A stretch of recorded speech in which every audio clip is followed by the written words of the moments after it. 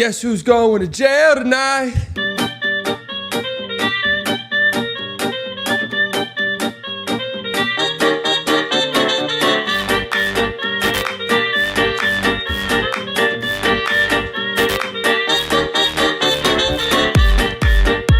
Man, play that first song back.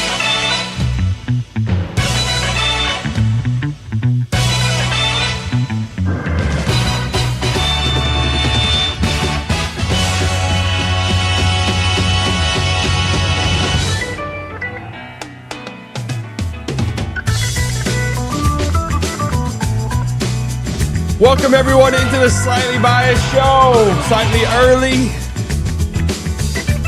It's a double entendre. Not only is it early in the day, but we're always early. We're always right.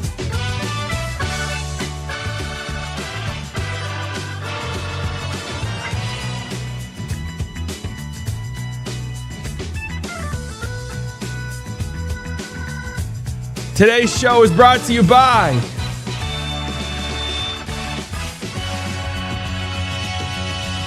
that slot machine. You know you want it. You know you want to hit it one more time.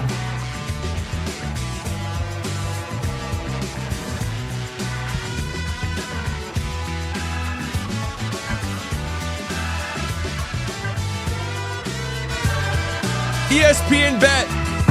Place that parlay. No, you can add one more team. One more team's not gonna kill the parlay. Add that team.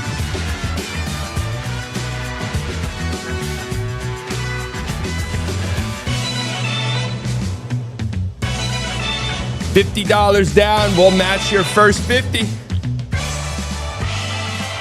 Limited time offer.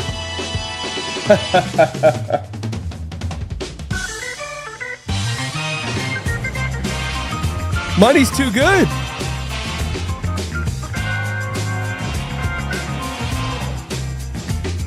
Who cares? Who cares that we're selling our soul? The money's too good. Come on, baby.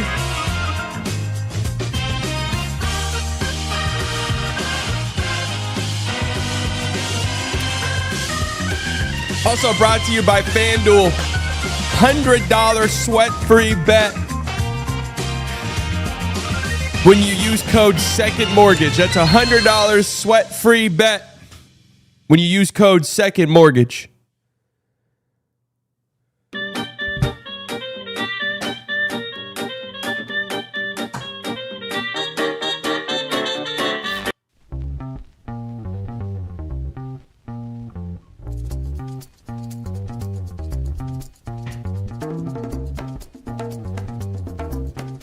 What's the parlays looking like tonight, folks? Should I ask Terry? Should I ask Adam Silver? And oh, guys, don't forget my Profit Boost token, which takes your 16-leg parlay from plus 1,700 to plus 1,900. Limited time only. Over on DraftKings.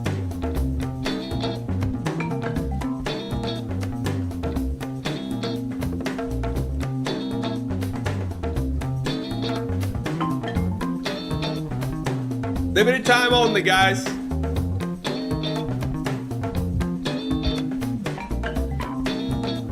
When you use code Dangerous Addiction in the World by Suicide Rate, use that code on FanDuel tonight for a sweat-free Profit Boost token.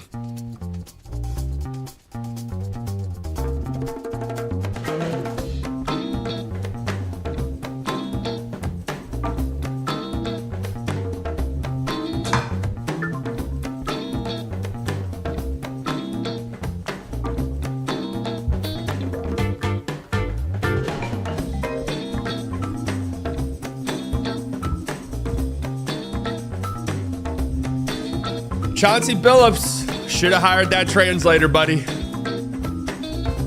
Should have hired that translator.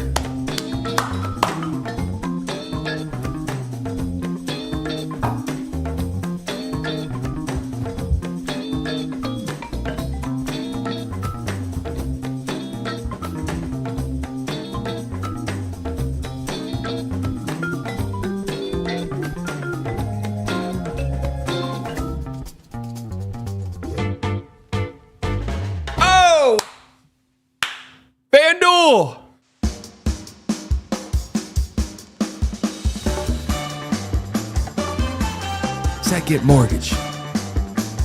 Take that second mortgage out and place that parlay.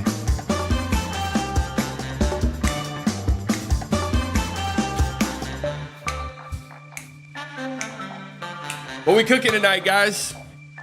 FanDuel Profit Boost token tonight on tonight's doubleheader action in the NBA. Thunder, Pacers. I'm feeling AJ Mitchell over 1.5 assists. I'm feeling Jay Huff under 6.5 rebounds. Use that Profit Boost token, folks.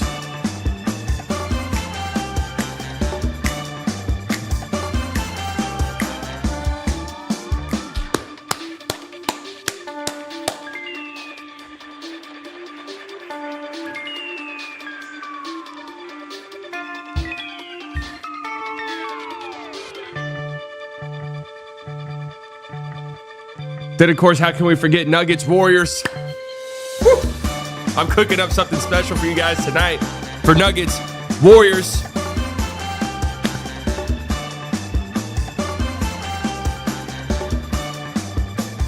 Cooking up something devious for you guys tonight, Nuggets Warriors. Yeah. I'm feeling Will Richard over 0.5 tonight.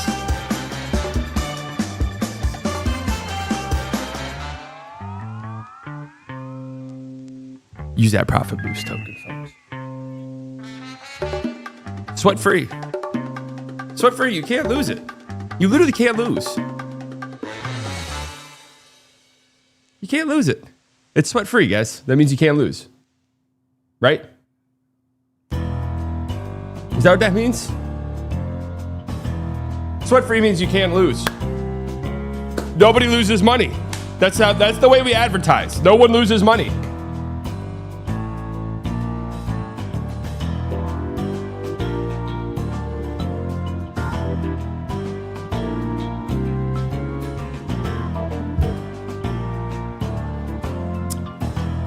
What's the best way to look at all this? Is there like a Twitter thread or something?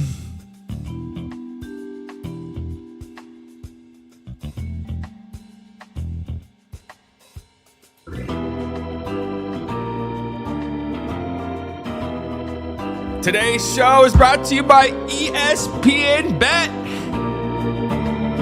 What's that? No, it's not. Today's show is not brought to you by ESPN Bet. Oh, don't even mention ESPN Bet at all. Don't mention gambling at all while we're covering this. Oh. What's that? Get rid of all of the ESPN Bet logos. Hey, fucking take that down. Take that down right now. Take the fucking ESPN Bet banner down. No, there's no sweat-free parlay today. No sweat-free parlay. No sweat-free parlay today. Well, what about the token boost token? What about the Profit Boost coin? No Profit Boost coin tonight either. But what about the $50 down deposit? No, none of that either tonight. No, nothing tonight. Take down all the banners. Okay, we got it.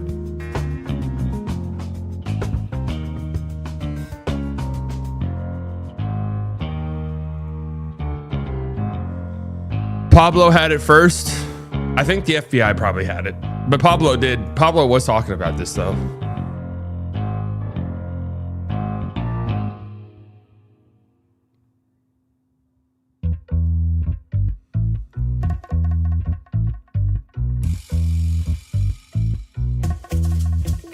Mr. Slightly, Kevin Hart is here to do betting segments for tonight. Get his ass out of here. No, get Kevin Hart's ass out of here. Jamie Foxx is here too. Get his ass out. Shane Gillis, get them all out. They can't be in here. Not today. Come back tomorrow. Yeah, come back tomorrow. Yeah, Keyshawn George, same bet, parlay, token. Yeah, right. No, I got it. Keyshawn George, parlay the threes. Keyshawn George, parlay the threes with Alex Sarr blocks. Yeah, we'll get that. Profit Boost token that. Profit Boost, but we'll do it tomorrow. Go, get out.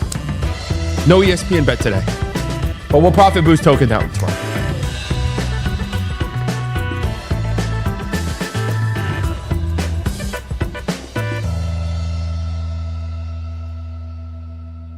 Dude, they've got ESPN, they've got Shams on these ESPN shows It looks like Shams is reading like from a fucking... This is the most serious I've ever seen Shams.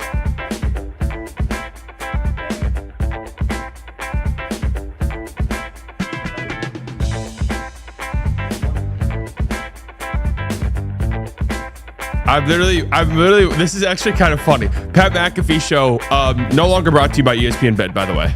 Just for the time being, but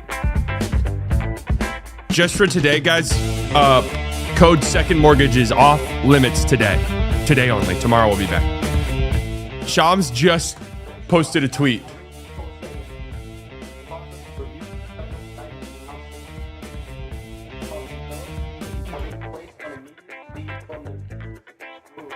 Shams and Chauncey Billups and Terry Rozier have been placed on immediate leave.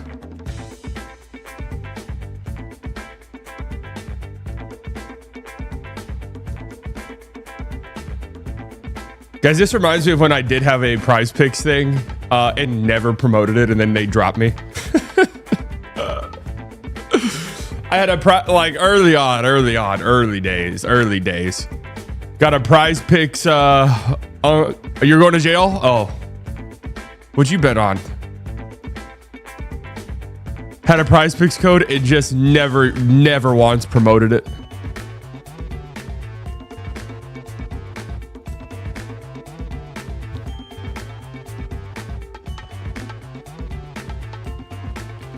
So what does this mean for my sweat-free, no sweat, can't lose profit boost token, Stephen A. Smith?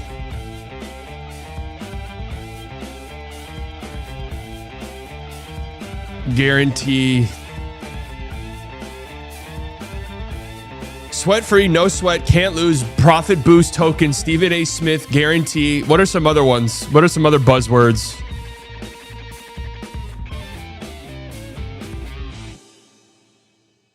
Eight and bet is under. Oh yeah. Money back guaranteed deposit match.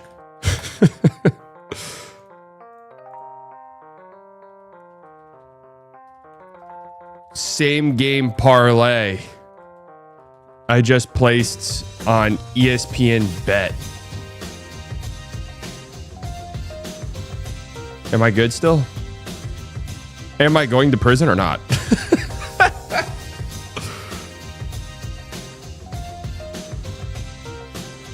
Guys, just if I'm going to prison,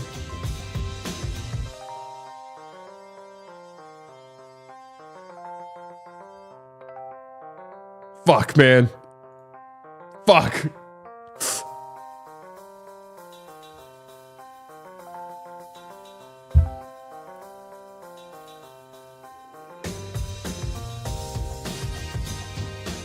I took the Kawhi Leonard under last night. Am I going to jail or not? Somebody just be honest with me.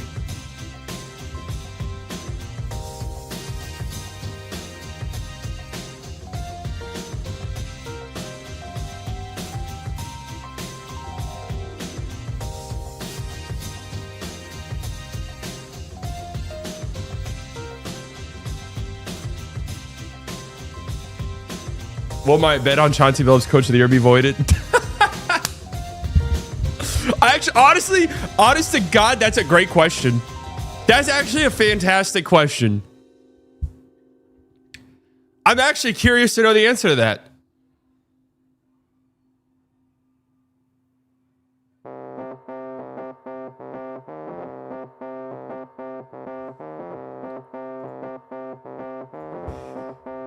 Wait, hold on a second. There's a new, for a tiny bit after the unfortunate events of September 10th, I believe it was. There was a, oh, hey guys, Cooper Flag became the youngest player in NBA history to record a double-double in their debut.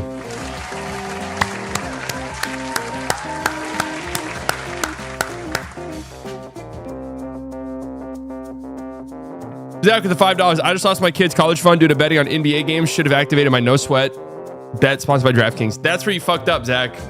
That's where you fucked up, man. You did not activate the sweat-free profit boost token. Not our fault. It's so easy to do. So easy to do. We just need a couple of forms filled out, and we need 5 cosigns. So easy.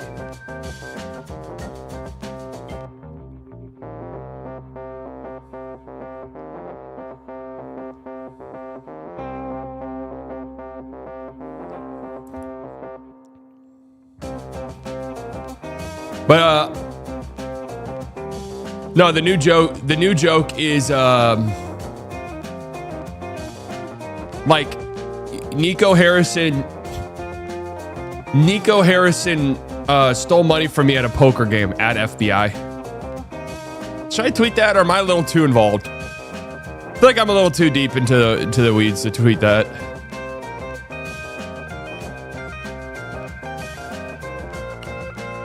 Yeah, I'm a little too close to the sun, I think.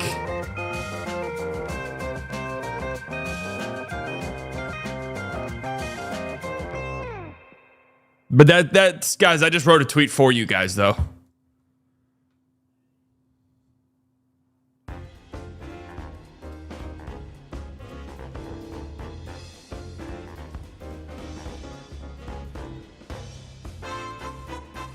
Hood Genius beefing with the Department of Homeland Security. Yeah, I've seen some of that. I don't really understand what's going on, but I just know it's insane.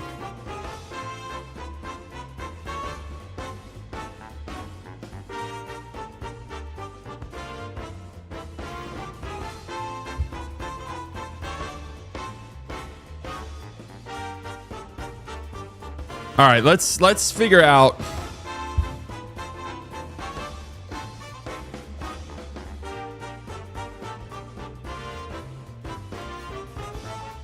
Let's figure out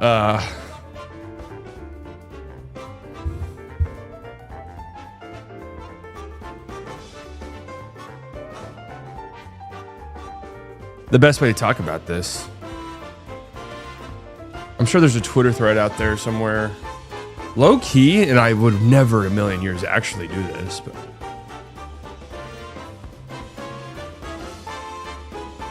going on the NBA subreddit might be our best course of action here.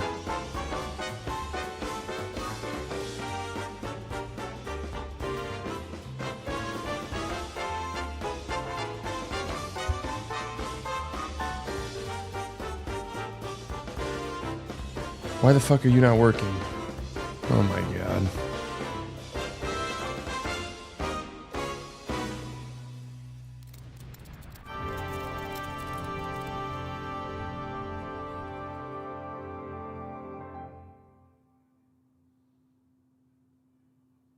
Did you guys see that behind my head? What was that?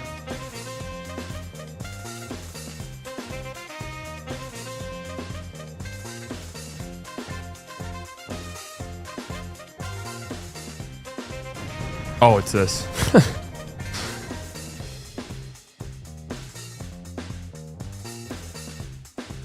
Okay, let's start at this. Let's start at the top. When did we start getting the FBI statements?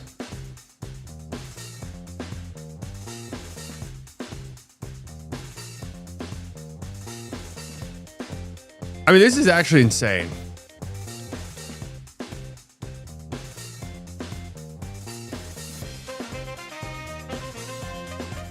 I would never in a million years be actively scrolling the NBA subreddit ever.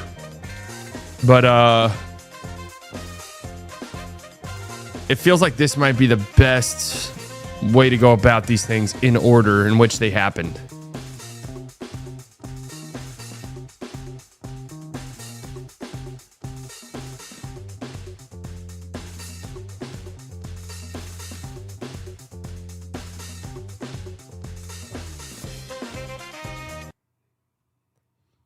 So let's see. Where do we start?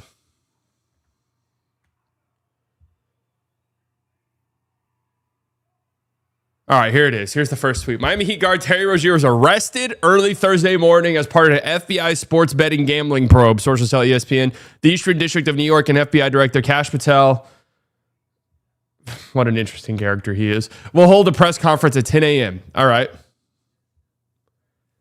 So this is where it was first and foremost.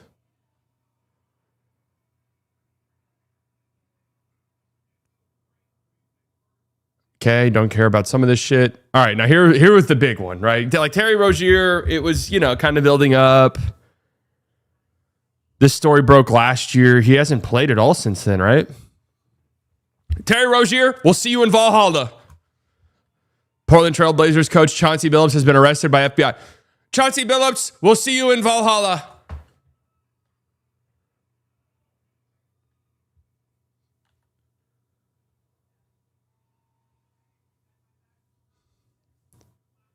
I think Nico Harrison was probably there as well. Arrest him just to be safe. God, this is crazy. Blazers head coach Chauncey Billups was arrested today. He will appear in federal court in Oregon later today. Federal court, man. FBI involved. You're usually quite fucked. NBA Commissioner Adam Silver outlines the league approach to sports betting this season. When was this? This was 2 days ago. You can't be serious. The choice is between legalized sports betting or illegal sports betting, not do you want sports betting or not.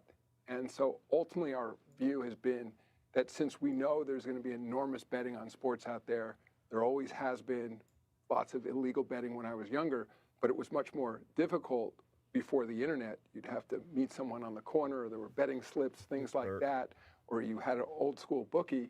Of course, now you can just bet on your phone. So on one hand, with this regulated structure of legalized betting, we can monitor it in ways that were unimaginable years ago, that if there's any aberrational behavior, people betting large numbers who hadn't historically done so, just opening an account to place bets, or even the geo-targeting. We know exactly from where the bets are being placed. Very specifically, if you're in an arena and place a bet, we know you're in the arena. In many cases, we know where in the arena you are when you place that bet.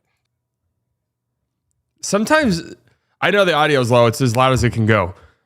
Sometimes they'll say stuff like this, and it'll just be like footnotes in a story, but it'll be like, wait, what? You can geolocate exactly where somebody was in an arena whenever they placed a bet? Sometimes these things kind of like, wait, what? You can do that?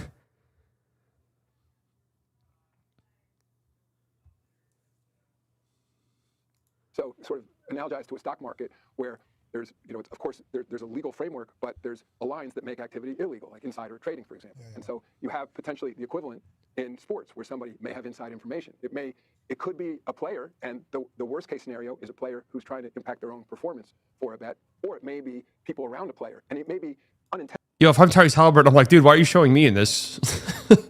Why'd you just show a clip of me in this fucking talking about sports gambling and fixing a line? On the part of a player, but somebody who's around the player knows that the player isn't feeling well or isn't going to play, even though that hasn't been announced yet. So, we have a framework, a structure in place to monitor, to prevent those kinds of things happening, so that there is the information is available to potential bettors, so that it's a level playing field in terms of placing those bets. But there's no question, it introduces a whole new set of issues. One of the issues you see in arenas, and I hear from players and coaches on this, are fans. Oh, yeah. I mean, who are yelling out about, especially when it's a prop bet. It's my parlay! Yeah, oh yeah. Yeah, but it's often the case that, your team wins and a player scores, 25. Does Pat McAfee have a Zen in? 5 points. Or does he just have like a... I haven't watched Pat McAfee much at all. Does he have a lisp or does he have a Zen in? He does what? Lisp or Zen? Zen?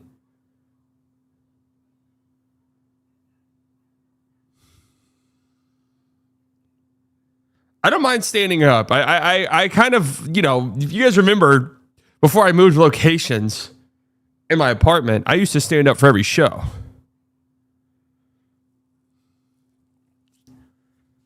I like standing much more. Being on live TV with a Zen in, like, what are we doing? But the fan better had bet that the player was going to score 28 points or 30 points or whatever else. So I would say one thing, we sent a memo out to our teams recently, and we made it clear in conversations with them that we want to see strict enforcement of those rules. I mean, we have to protect the competitors. We want to protect the environment in the arena, the people getting out of hand. I mean, but as I said, we accept betting is legal in roughly 35 states now in the United States. It's unlikely to go away. I think probably there should be more regulation, frankly. It may be surprising to hear from me. I wish there was federal legislation rather than state by state. I think you got to monitor the amount of promotion, the amount of advertising around it. And also, we've pulled back, it's not completely in our control, but we've asked some of our partners to pull back some of the prop bets, especially when they're on two-way players, guys who don't have the same stake in the competition, where it's too easy to manipulate something which seems otherwise small and inconsequential to the overall score. Maybe the couple of rebounds that some player gets or whatever. So. Yeah. Adam Silver's talking about players maybe fixing bets, and then they immediately show Luka Doncic. Something to think about, guys. What did Nico know? Something to think about there. We're trying to put in place and learning as we go and working with the betting companies some additional controls to prevent sort of some of that manipulation. Interesting.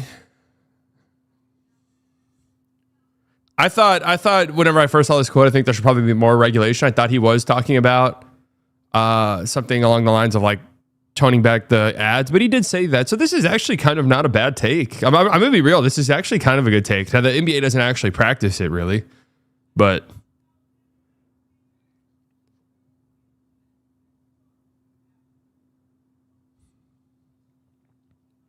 law enforcement interest in Billups comes 4 months after Gilbert Arenas was arrested and indicted after the U.S. Attorney's Office in the Central District of California alleged he was involved in helping operate illegal high-stakes poker games.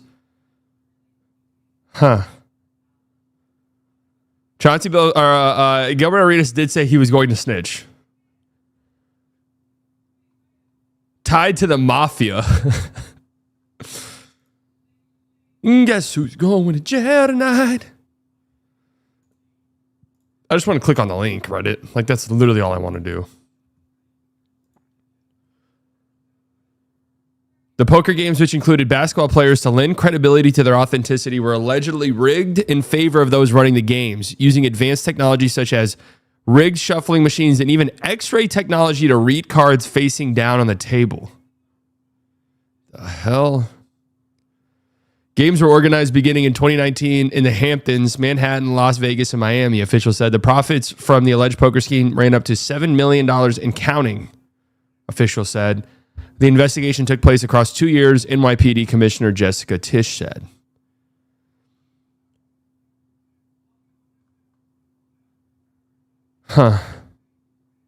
When victims, some of whom lost millions, refused to pay, the mob defendants resorted to violence. The fraud is mind-boggling. Okay, I guess we'll get to some of these quotes because I want to listen to the FBI press conference.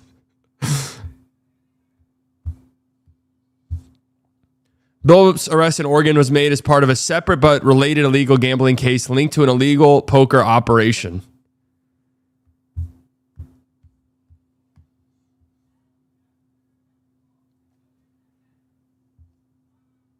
So, yeah, I mean, hey guys, I just watched Sopranos not too long ago. I finished it a few months ago. So I feel like I'm actually kind of an expert in this field currently. Like, obviously illegal under the table gambling. Yeah, I see it for sure. I mean, does Chauncey Billups own a sports store? Like, could definitely see that happening. If you don't want anything to do with sports betting, if you have a youngster in your home and you don't want them to see those fields, it could be password protected. Click, click. All those fields are gone and you don't have to experience any sports betting ads. Adam Silver said this. How would that even work?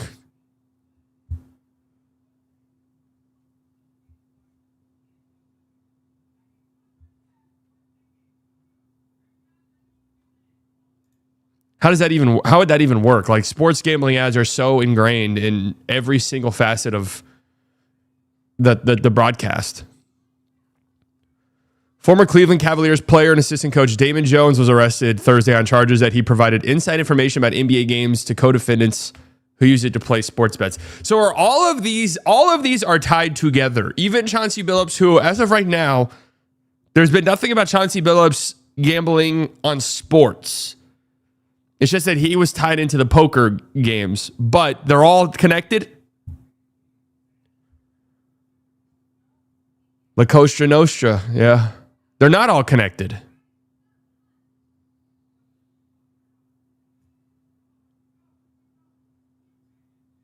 They said Billups and Rozier are separate. Oh, okay.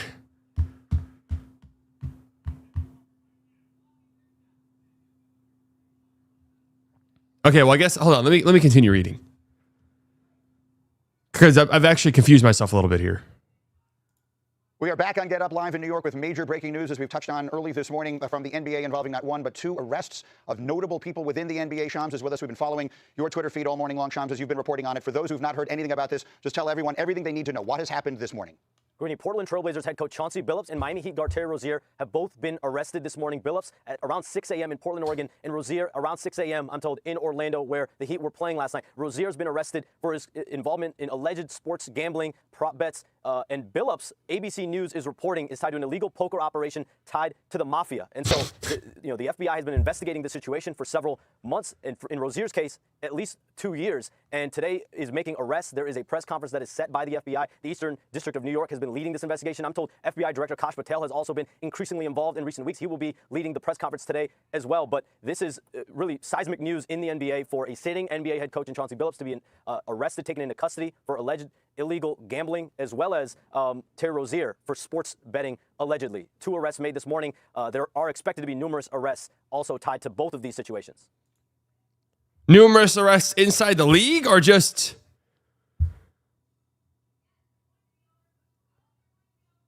That's how they called this shit a year ago. Well, this is beyond, like, the Chauncey Billups thing is beyond the scope of this. Like, this is some next level shit. So the NBA wakes up this morning in the midst of, I suppose you would have to say, a sports league's worst nightmare. Is there any indication that the league had any idea this was coming? Did they know any of this might happen this morning? As of last night, I was told the NBA did not have knowledge of these specific arrests. This has been led by the FBI. The FBI made their arrests early this morning. But the NBA has been investigating Terry Rozier, Malik Beasley. Terry Rozier was cleared by the NBA investigators over the last couple years. That's why he's been playing in games. Malik Beasley, a free agent, has not been cleared by the NBA's investigation. That's been ongoing. As of about 15-20 minutes ago, I was told Malik Beasley was not taken into custody today as part of these gambling investigations and arrests today. Win for Malik Beasley.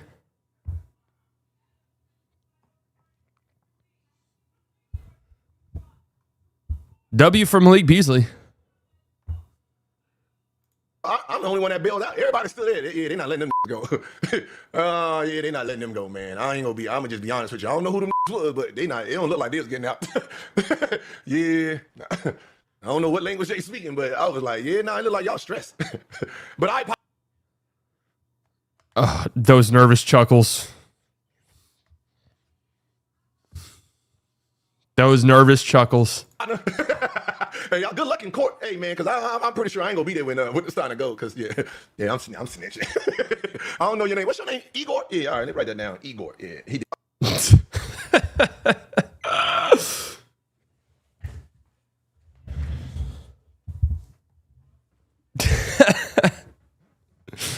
The scratching, the nervous laughter.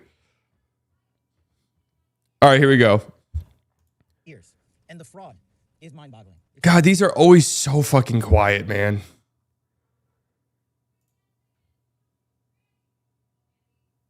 Skip. 59 minutes.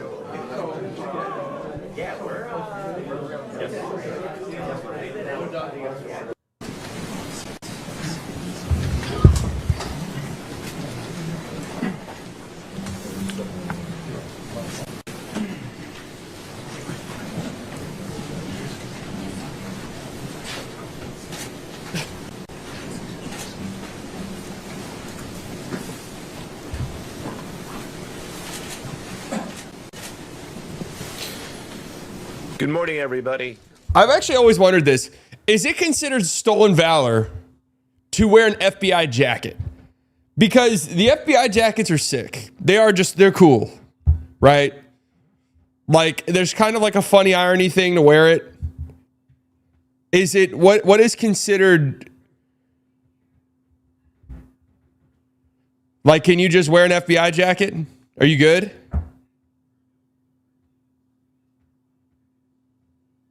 Like, are you allowed to do it? Yeah, that's what I was wondering. Is it legal? Is it legal? Female body inspector. You wear a veteran hat regularly? I do.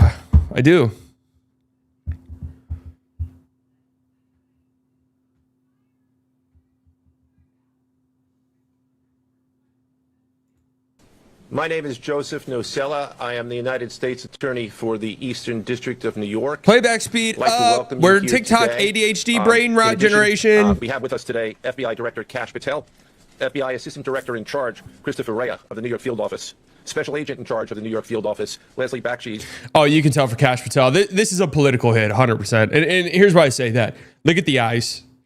Okay, he most certainly did not rail Adderall before this. Just take a look at the eyes. So he's not as locked in. So this is just like a side project here. This is a side project here. The stakes are not nearly as high. New York Special Agent in Charge of Homeland Security Ricky Patel, Newark Special Agent in Charge of Homeland Security Michael McCarty, Police Commissioner Jessica Tisch, Chief of Detectives Joseph Kenny, and the Executive Director of the Waterfront Commission Phoebe Sorrell. I'm now going to turn the podium over to FBI Director Kash Patel. Good morning. Today we are here in New York to announce a historic arrest across a wide-sweeping criminal enterprise that envelops both the NBA and La Casa Nostra. The men and women up... Dude, that's kind of sick. Actually, just that sentence alone, honestly, that's pretty sick. That's pretty beast mode, man. NBA and La Cosa Nostra. I'm not gonna lie, that's got some aura to it. I'm kind of in on that. That's a sick collab. Here standing with me represent a small portion of the leadership team that brought profound justice in an era that needed it more than any. I'll just highlight some of the details in the case and the FBI work, and then you'll hear from the others. But as you now know, individuals such as Chauncey Billups, Damon Jones, and Terry Rozier were taken into custody today, former current NBA players and coaches. What you don't know is that this is an illegal gambling operation and sports rigging operation that spanned the course of years. The FBI led a coordinated takedown across 11 states to arrest over 30 individuals today responsible for this case, which is very much ongoing. Not only did we crack into the fraud that these perpetrators committed on the grand stage of the NBA, but we also entered and executed a system of justice against La Casa Nostra to include the Bonanno, Gambino, Genovese, and Lucchese crime families. And you'll hear more. This is kind of beast mode, man. I'm not gonna lie. This is a sick collab. This is gonna be a TikTok entry edit. Oh yeah, for sure. I'm already imagining like a LeBron edit, kind of quickly like shifting into like a Tony Soprano edit with like some Benny the Butcher song in the background or something. Like I'm already envisioning it. When are you collabing with La Cosa Nostra? I maybe soon. Maybe soon. I maybe need to get in on this. I should piggyback off of this.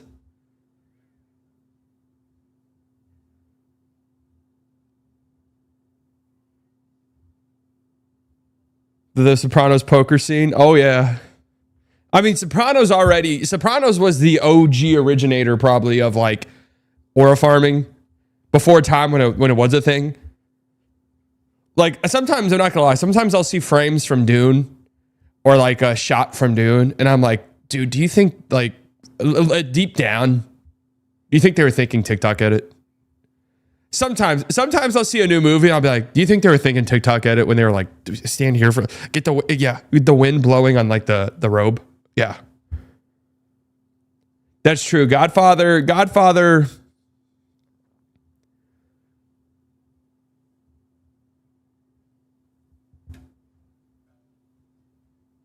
It'd be funny if Kash Patel was like, after years of watching Terry Rozier's garbage ass, I realized that something must have been going on, and I figured I need to start investigating this at once. More about those details today. The charges and the arrests that were taken down across this country range from wire fraud, money laundering, extortion, robbery, illegal gambling.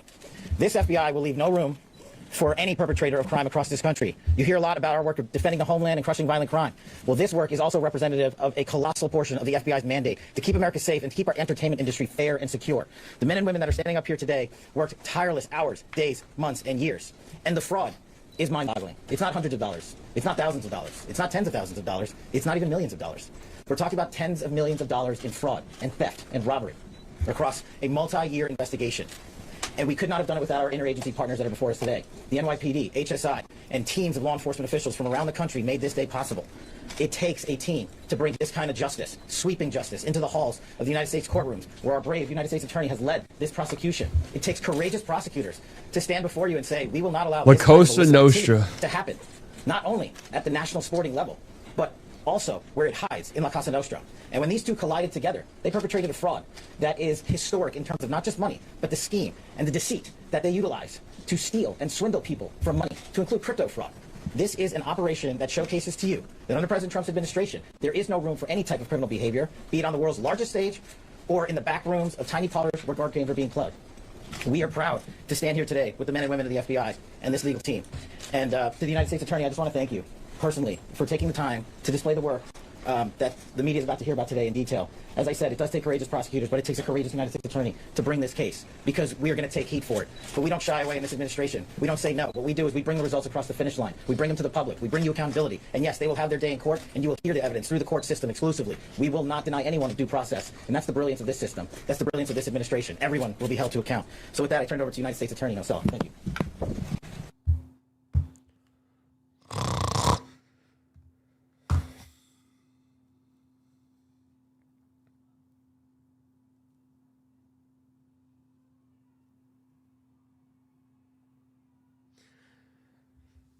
So can I ask an honest question?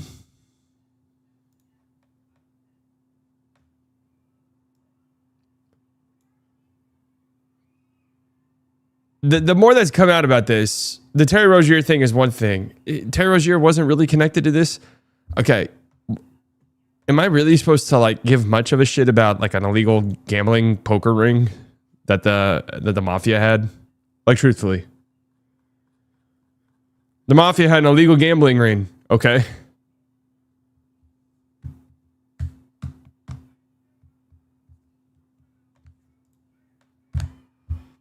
Okay. Yeah, I've watched Sopranos. Okay. It is. There are a lot of stories about it. There's one. Look at that beautiful little kitten right there. Cheating's bad. Okay. It is. There are a lot of stories about it. There's one that cropped up. This must have been like 5 years ago, 2019-ish, I think, 4 years ago, where there was this game. It started in LA and then it came to Vegas for a few days, and it was all built around Chauncey Billups. And I had heard about the game, and the person who told me about it was like, "Look, I know the game runners. I'm telling you 100% this game is on the up and up." And I was like, "Well, I know a lot of the people that are involved, and I'm telling you 100% that it is not on the up and up." Yeah. And we kind of went back and forth, and I agreed that like I just wasn't going to go play it, but I had some friends who went and played it both in LA and in Vegas, and it obviously like was for sure confirmed to be cheated. Mm-hmm. Like, people who clearly didn't even understand the rules of No Limit Hold'em are just like jamming hundreds of big blinds in with like a gutty and then just drilling it. Yeah. Whenever someone drills a gutty, that's when you know for sure the game is rigged. Absolutely. Only the pros are losing. Like, how is it figured out? Like, it just I can't remember if this was the game where no over the loudspeaker. Yeah. No. Okay. That was Pierce. Oh, okay. Well, it's still, I mean, it's not like Chauncey and Pierce don't know each other. You know. Pierce? Are they talking about Paul Pierce? I feel like it's probably the same crowd overlapping there. Gotcha. But maybe not. Either way, it was basically confirmed amongst all of the pros that the game was cheated, but there's just no recourse. Interesting. This is from 2023.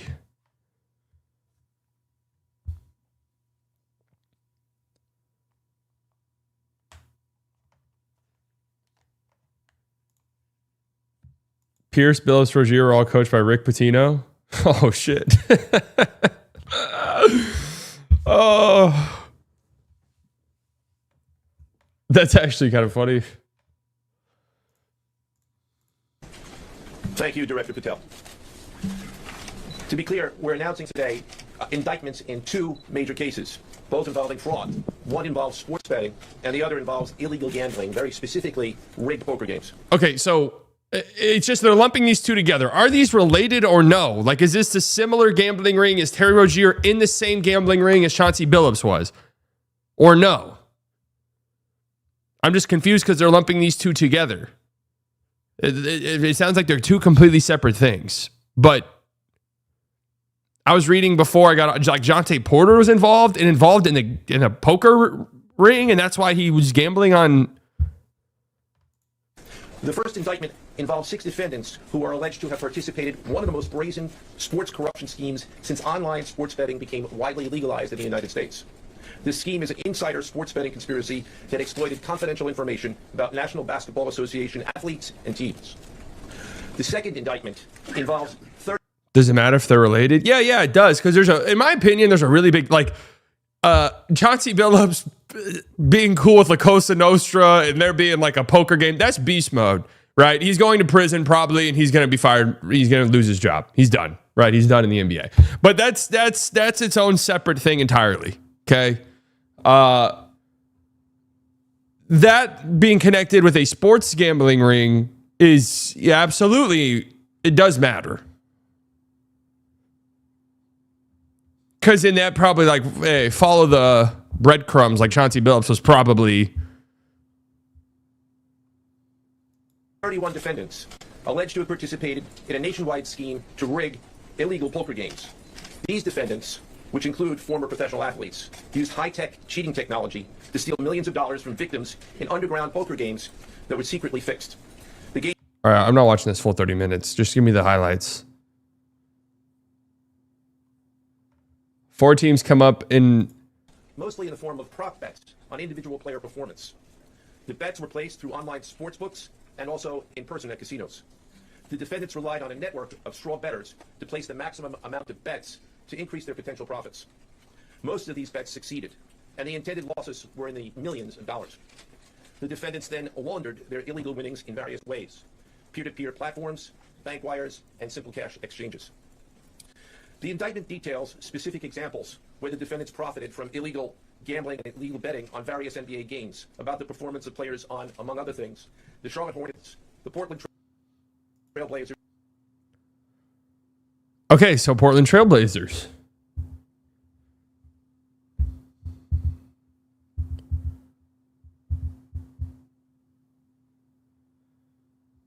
So that would lead me to believe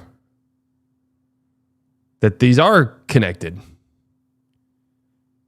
The Los Angeles Lakers and the Toronto Rangers. Each defendant in the NBA basketball gambling case has been charged with conspiracy to commit wire. Wait, who? The Los Angeles Lakers and the Toronto Rangers. Toronto Rangers. Is that their CFL team? Is that their Canadian football team or something? Is that their Canadian football team? No. Who the fuck are the Toronto Rangers? Toronto Rangers.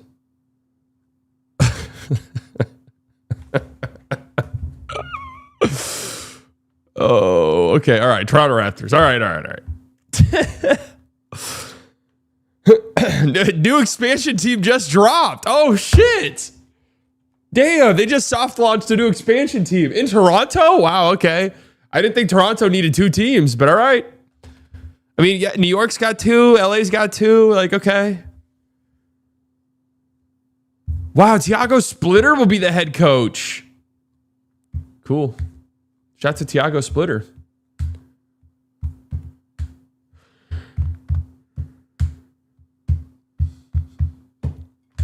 Investigate the Texas Rangers offense? No, for real. Each defendant in the NBA basketball gambling case has been charged with conspiracy to commit wire fraud and conspiracy to commit money laundering. Wait, that's what Chauncey Billups got charged with? Commit wire fraud and gambling case has been charged with defendant in the NBA basketball Rangers. Each defendant in the NBA basketball gambling case has been charged with conspiracy to commit wire fraud and conspiracy to commit money laundering. Oh, Terry Rozier got hit with money fraud or wire laundering or money laundering and wire fraud. Ooh. The FBI too.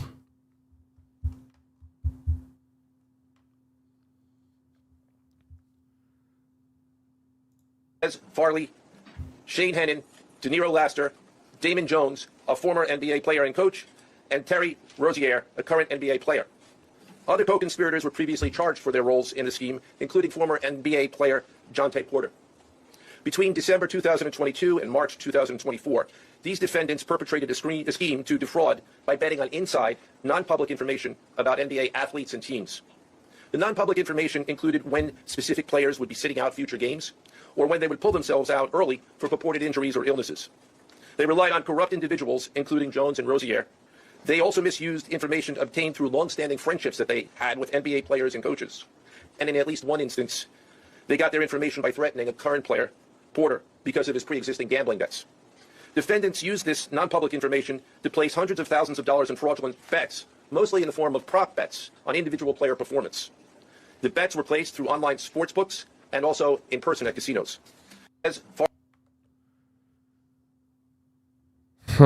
Wait. Okay, so Raptors, Chauncey Porter, Hornets, Terry Rozier, Trailblazers. Is this where Chauncey's included?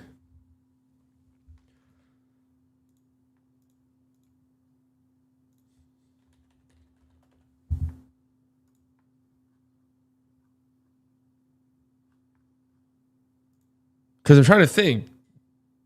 But also, this could be insider information, could be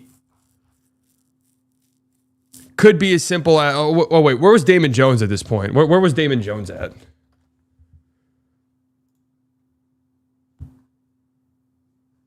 Coaching wise.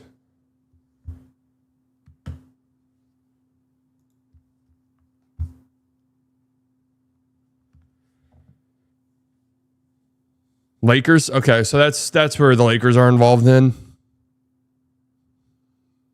I mean, the inside information could be as simple as like, and I'm just throwing a name out there. I'm not saying this person is involved. Like, just think of somebody who's on the Raptors team or on the Blazers team. Like, hey, I like talked to Jeremy Grant last night, and he said he's not going to play tomorrow. Like, he told me that. So bet on this or something like that.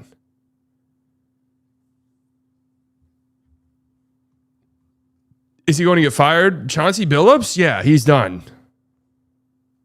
Farley. I mean, look, I know Cash Patel is like in the FBI is kind of just like a laughing stock right now because of him. But when they get involved in something, you're probably fucked. Like, that's just historically been the case. What's the federal, like, when the FBI pursues you, you're pretty much done for. Isn't it like a 90-something% conviction rate or something like that? Billups was a 3-10 start from being fired anyways. Bro, they extended him in the offseason.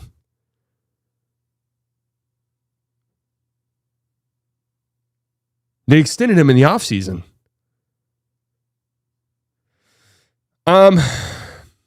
Yeah, I mean, it depends on how like involved some of these dudes were, because just based off of my knowledge of The Sopranos and other mob-related things, if you're kind of lower level and just kind of like marginally involved, but not like one of the top dogs, like you know, you could get out by telling, you know, hey, yeah, this guy, I was like under this guy, blah, blah, blah.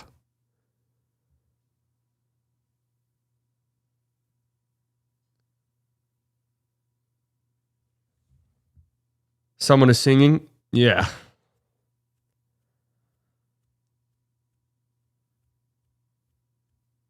But I mean, money laundering and wire fraud at a federal level. Do you think Finn is involved in the gambling ring? You know what? Actually, they need to investigate Finn. I was just earlier, right before I went on stream, I was walking past and he attacked my leg for just simply walking. So yeah, actually, I'm okay with the FBI investigating Finn, just to scare him a little bit, just to let him know that that's not cool.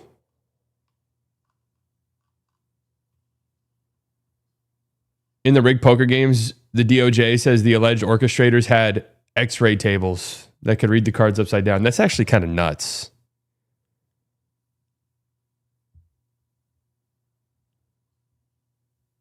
You've been gambling lately, slightly?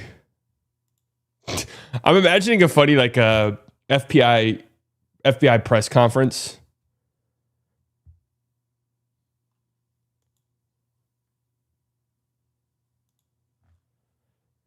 FBI press conference. We have arrested the perpetrator slightly biased. Folks, this has been years of $20 parlay bets that have never hit. And we have traced the payments to the bookie via Venmo. He has placed probably a singular dozen of bets, $20 bets in the last 2 or 3 years. We've gotten this sick freak off the streets. Now, I would like to turn to the other case, United States versus Aiello, the rigged. All right, this is so quiet. I do want to hear.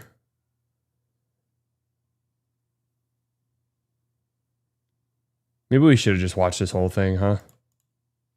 Hard work of our law enforcement partners, including the FBI, Homeland Security, the NYPD. I hate whenever they self-suck We themselves. encourage anyone within who were often lured to participate in these rigged games by the chance to play Lakers and the Toronto Rangers. Each defendant in the NBA basketball gambling case has been charged with conspiracy to commit wire fraud and conspiracy to commit money laundering. Now, I would like to turn to the other case, United States versus Aiello, the rigged poker game case. Beginning as early as 2019, the defendants in this case orchestrated a scheme to use wireless cheating technology to run rigged poker games across the United States, including in the Hamptons, Las Vegas, Miami, and Manhattan. The scheme targeted victims known as, quote, fish, who were often lured to participate in these rigged games by the chance to play alongside former professional athletes, who were known as, quote, face cards. The so-called face cards included the defendant, Chauncey Billups, who at the time of the scheme was a former NBA player and is currently the head coach of the Portland Trail Blazers, and also Damon Jones, a former NBA player and coach. What the victims, the fish, didn't know is that everybody else at the poker game, from the dealer to the players, including the face cards, were in on the scam. Once the game was underway, the defendants fleeced the victims out of tens or hundreds of thousands of dollars per game.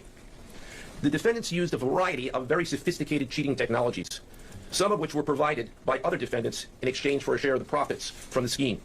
For example, they used off-the-shelf shuffling machines that had been secretly altered in order to read the cards in the deck, predict which player at the table had the best poker hand, and relay that information to an off-site operator.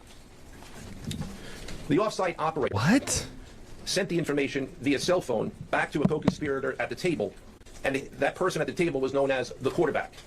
The quarterback then signaled secretly the information he had received from others to others at the table, and together they used that information in order to win their games and to cheat the victims. The defendants used other cheating technologies, such as poker chip tray analyzers, which is a poker chip tray that secretly reads cards using a hidden camera, special contact lenses or eyeglasses that could read pre-marked cards, and an X-ray table that could read cards face down on the table. What you see depicted on the screen right now is an example of the X-ray table that reveals the cards, although they are face down on the table. Wait, I want to see the X-ray table. X-ray table poker. I want to see what this shit looks like.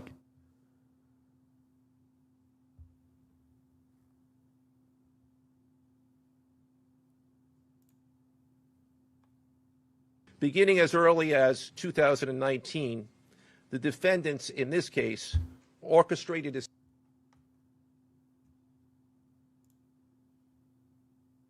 I'm trying to find just like a... The defendants in this case orchestrated... Is this it? I mean, really good quality here. Really good quality. Oh, that's the card supplier.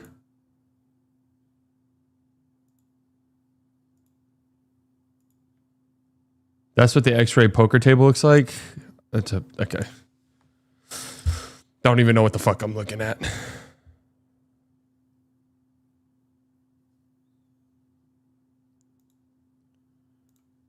They can be read because of the X-ray technology. The mafia, specifically members and associates of the Bonanno, Gambino, and Genovese organized crime families, had pre-existing control over non-rigged, illegal poker games around New York City. As a result, they also became involved in the rigged poker games, helping to organize the games and taking a cut of the proceedings, and working to enforce the collection of debts. The defendants laundered their proceeds, including through cash exchanges, the use of multiple shell companies, and through cryptocurrency transfers.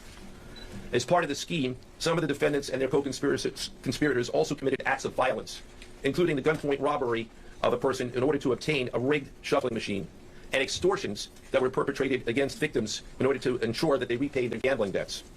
Defendants who participated in the rigged poker scheme are charged with wire fraud conspiracy. Other defendants have been charged with crimes including illegal gambling, money laundering, Hobbs Act robbery, and extortions. This Oh, man.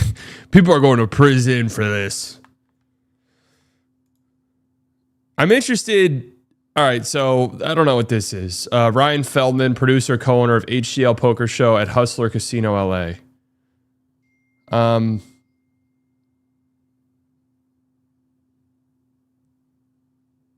The dumbass question here is gambling legal in California? Like, are there casinos in California? Honestly, I don't know.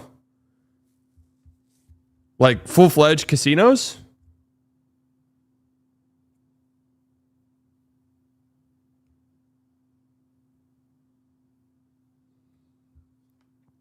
I heard about these rigged private games a few years ago in Vegas and Miami. Well, this was tweeted an hour ago.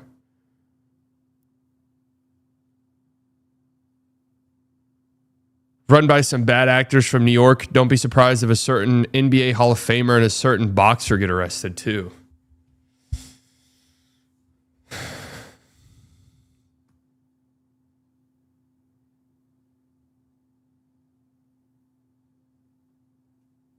Dirk, don't even put that into the universe. Floyd and MJ. I mean, MJ would be nuts.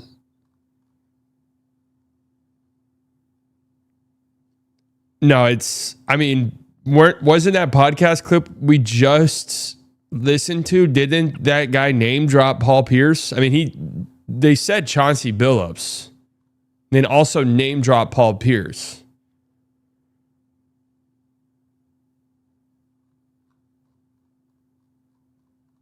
Chris Webber happy he's not in the Hall of Fame. Fuck yeah, thank God.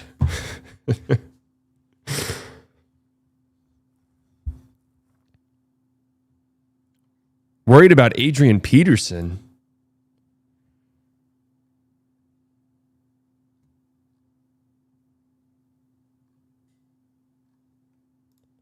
This case demonstrates our office's unrelenting commitment to fighting the scourge of organized crime in whatever form it takes. I'd like to conclude my remarks by thanking the incredible hard work. Two separate illegal poker and sports betting schemes where, as you heard, the odds were rigged in their favor.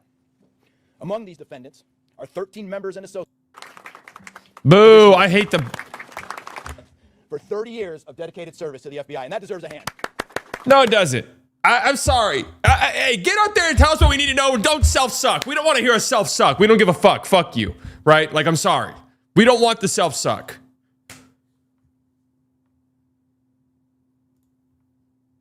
We don't care. Terry Rozier, as a member of the Charlotte Hornets, informed those around him that he planned to leave the game early and to bet his unders. Over $200,000 was bet on his unders, and he left the game after just 9 minutes with an injury. The first case, Operation Nothing But Bet, exposed a gambling ring built around professional. The first case, Operation Nothing But Bet. Nothing but what? Bench? But Bet, exposed the gambling ring built around professional basketball, where players and associates allegedly used inside information to manipulate prop bets on major sports betting platforms. They placed wagers on unders. NBA tanking comes up in the DOJ's indictment. Information on who wouldn't play in a March 24, 2023 Blazers game, and that all Magic starters wouldn't play in April 6, 2023 game, which came from a Magic player with a relationship to a defendant, were used to bet on it. Okay. So that's where the Blazers were involved.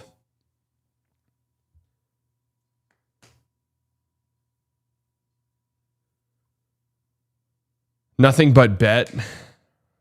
Why do they always have to do these like cute? Nothing but bet. Whoa.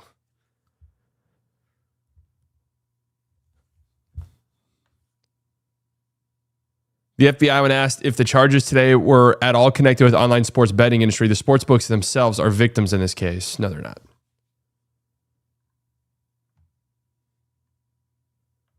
Rozier was told during an interview Sunday that he had been cleared to return from his hamstring injury, with Rozier initially believing the word cleared was being used in regard to the FBI investigation. Rozier is at the team's downtown hotel, or Orlando hotel, at the time of the arrest.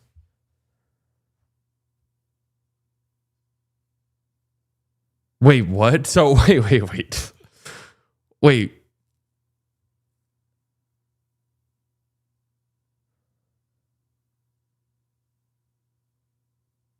So someone told Rozier, yeah, your hamstring injury, you're clear. And then Terry Rozier interpreted that as the FBI is no longer coming after you.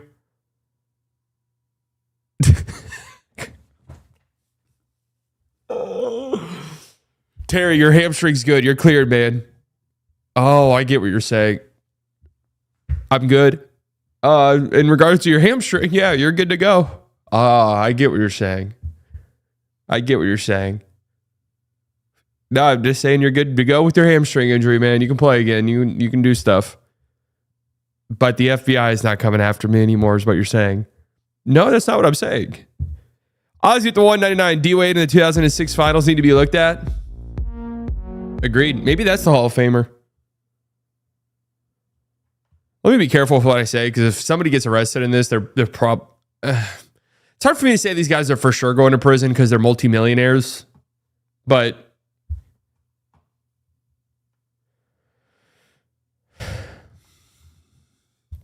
the Lakers are currently not available to comment. Team and league sources said that Damon Jones wasn't an employee of the Lakers at the time of these allegations. He was allowed to be in restricted spaces such as planes and locker rooms as he worked with LeBron James. Uh-oh.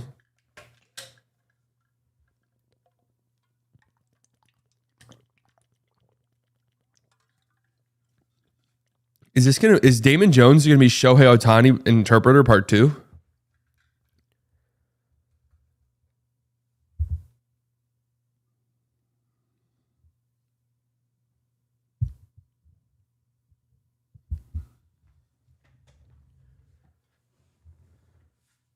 I'm starting to think LeBron doesn't have sciatica. LeBron knew this was coming. Jim Trusty, Rozier's lawyer, said in his statement, Terry was cleared by the NBA and these prosecutors revived that non-case. Terry is not a gambler, but he is not afraid of a fight, and he looks forward to winning this fight.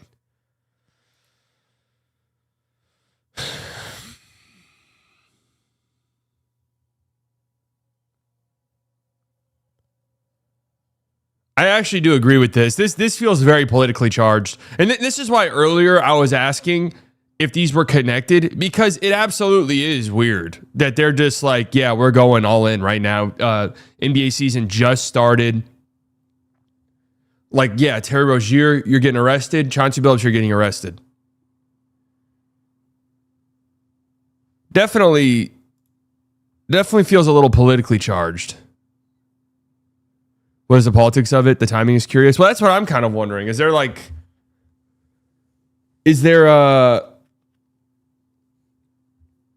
did they piss off the Trump admin at some point? I mean, I'm assuming the Trump admin's pissed off about something. Too many black players in the league or something. Is that what they're mad about?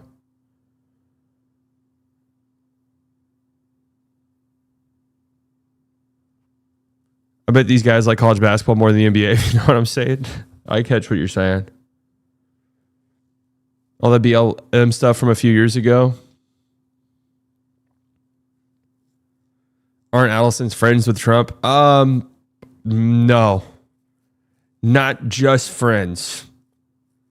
They're the biggest donor. I mean, it goes well beyond friends.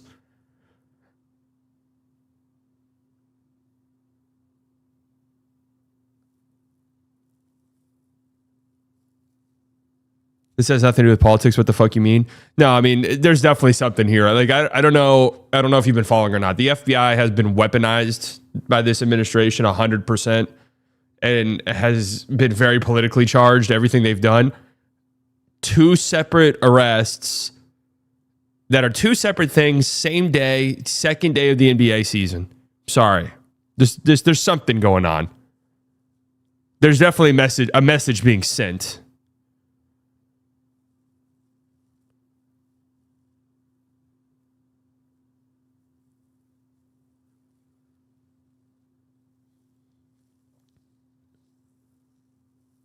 The investigation started 4 years ago. This could be the fruit of that. Yeah, I mean, they've been investigating it for a long time. I know the investigation going on for 4 years, but I'm telling you, them doing it 2 days into the NBA season, 2 separate cases, arresting and charging these guys the same exact time, there's obviously something going on.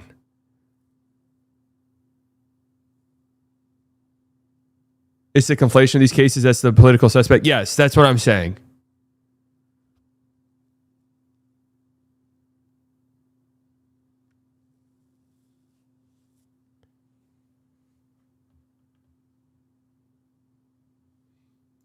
It was something that ESPN slowly removes their ESPN Bet Sports sticker. Dude, this is hilarious. Something that networks like Look down at the bottom. Those days are obviously long behind us. You hear a lot about legal sports gambling on this show. The Bussin' Boys, obviously, sports gambling is a huge part of what you do, so we put those all out there as a preamble because it might be in the back of people's minds, and we acknowledge that this is a different time and place. However, there is a fine line, not so fine, there is a bold line that obviously has to be drawn. It was something that leagues stayed far away from. It was something that networks like ESPN acknowledge that this is a different time and place. However, there is a fine line, not so fine. I mean, that's not, I would say that's slowly. There's not much subtle about that.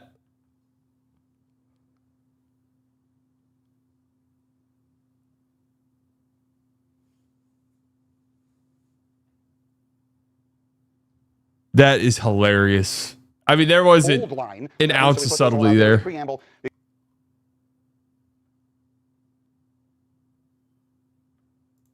I heard last night, Stephen A., that Kash Patel was involved in this and was leading this. And as I was getting and gathering more information, that just let me know how big and how massive this all is for not only the government, but for sports leagues, for the NBA. When I heard Kash Patel, the FBI director, is the one leading the press conference, this is not just the Eastern District of New York. This is not just a small investigation. Trump is coming. He's coming. I heard last night, Stephen A., that Kash Patel was involved in this and was leading this. And as I was getting and gathering more information, that just let me know how big and how massive this all is for not only the government, but for sports leagues, for the NBA. When I heard Kash Patel, the FBI director, is the one leading the press conference, this is not just the Eastern District of New York. This is not just a small investigation. Gilbert Arenas testifying before Congress. That would be fucking hilarious. Trump is coming. He's coming. I'm going to say it on national television again. Bad Bunny is performing at the Super Bowl, and all of a sudden you hearing ICE is going to be there, looking to engage in mass deportations. The Super Bowl, disrupting things. Big night for the NBA. Wembanyama put on a show. That has now been smeared because we're talking. Thank God. About this story, okay? That's not to question the legitimacy of the case. We don't know. We're all sitting up here and we're saying that we don't know. But anybody that is. Wait a second. I'm starting to put 1 and 2 together. Mario Madelson, incredibly close with Donald Trump. Mavs get their asses handed to them in embarrassing fashion. Wemby looks like the greatest player to ever play the game of basketball. Cooper Flag has a disappointing rookie debut. It's time to press the button. Oh, shit.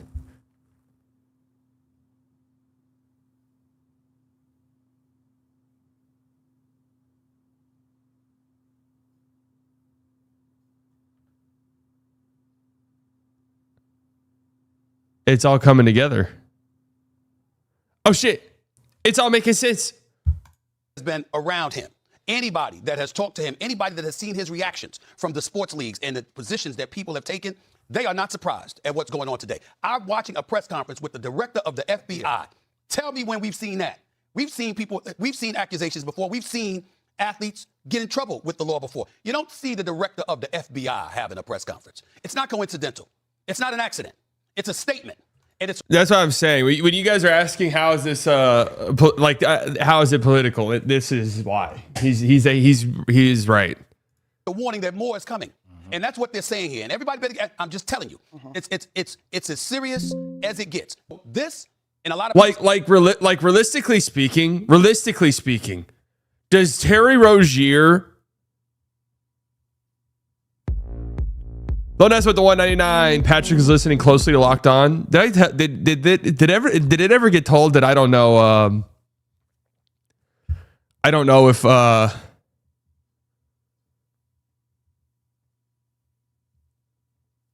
don't know if this is if it hasn't been said. I don't know if it was supposed to be said, but Nick was like somewhere. I don't know. And Patrick Dumont and his family were there. Patrick Dumont went up to Nick and was like, "Hey, big fan of the show," or something along those lines. And me and Nick were talking about it. I was like, that was not a, I don't think that was a friendly exchange. I don't think that was a friendly exchange. And Nick was like, no, it did not seem like it was a friendly exchange. Did we talk? I think we talked about that on the show.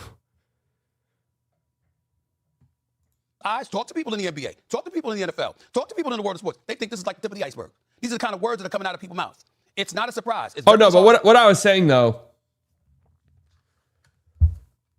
Terry Rozier doing some prop bets that like end up in some people making $200,000 in the grand scheme of it all.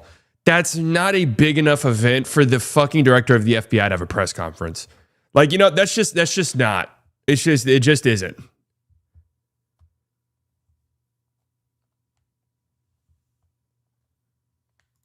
It's very concerning. We don't know where this is going to go, but this is just the tip of the iceberg. Everybody.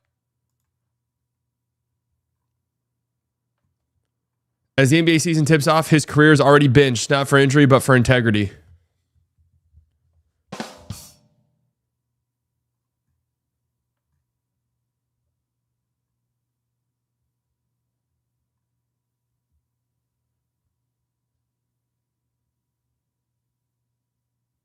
"30 people, not just Rozier, involves mafia families." Yeah, but they're purposefully like the Rozier thing. Is the Rozier thing involved with La Cosa Nostra or not? That's what I was saying. I don't think it is. You just made 1 million Terry Roziers.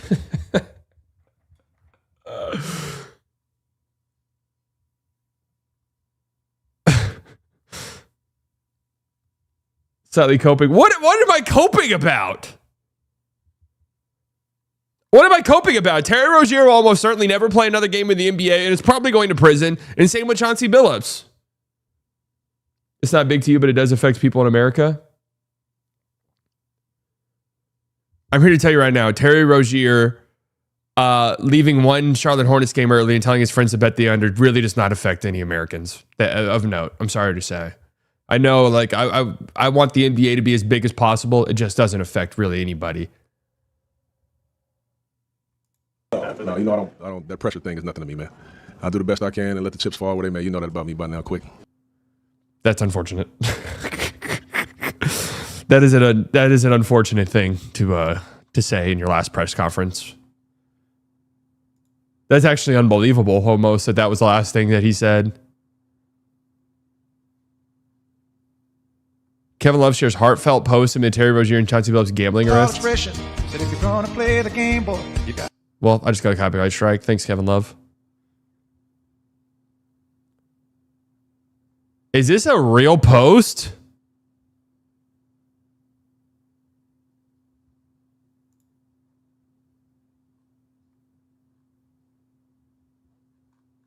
That's kind of crazy. I think the heartfelt was sarcasm.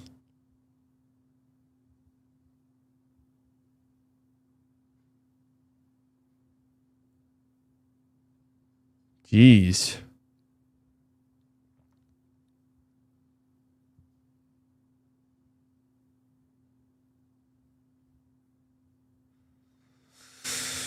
So the mafia still exists. We know that.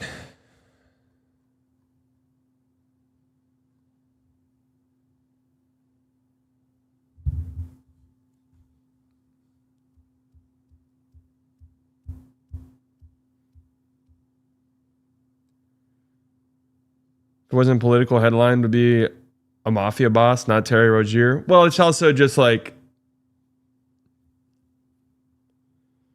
you don't really know who the mafia bosses are. That's the whole point of the Cosa Nostra. The mob went legit. There's more money on legit betting than dope.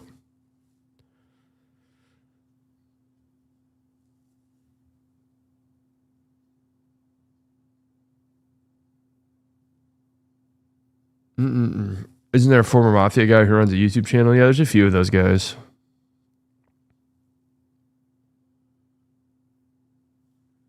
Why say it's politically charged if they are arresting people for obvious crimes? Who cares if it's politically charged as long as bad actors are put away? Yeah, I mean, I get what you're saying, but I'm saying the whole presentation of this is politically charged 100%. I mean, it just is.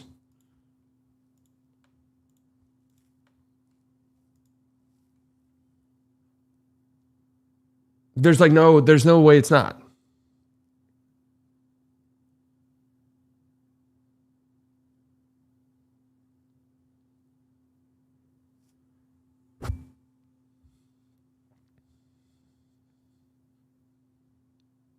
If you guys haven't liked the stream yet, make sure you do so. Helps me out tremendously. Lets YouTube know I'm having a great time, of which we are. Not going to stream the games tonight because...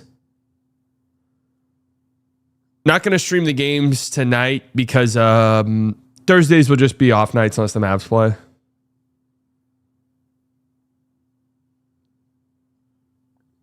I hope LeBron gets caught with that shit. I don't.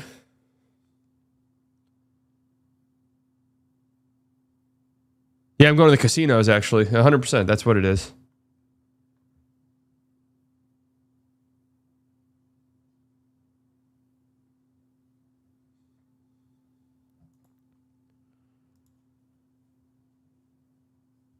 How dare people suggest anything is wrong with sports gambling?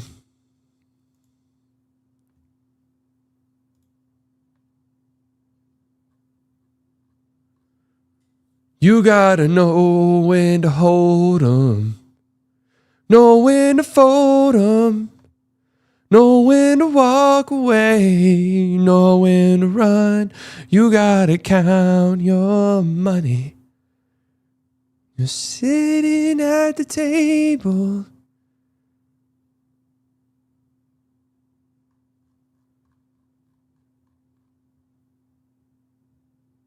Yeah, I gotta make some calls.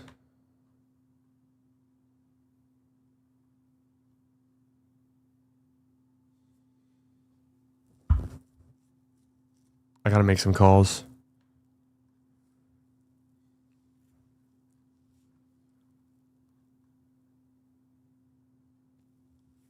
See, sports gambling is still banned in Texas for the time being.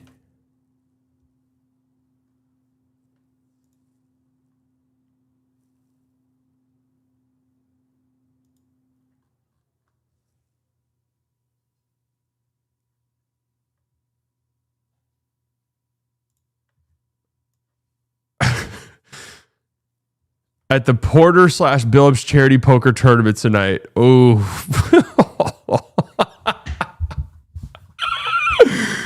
Oh, man. 2022. Oh, man. Hey, Chris, your ass got cleaned out, bro. They did you dirty, Chris. They did you dirty.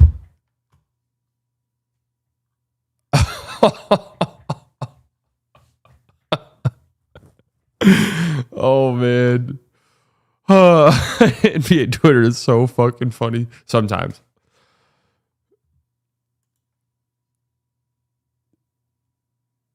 I mean, okay, he's a Nuggets play-by-play guy. So that's Michael Porter, right?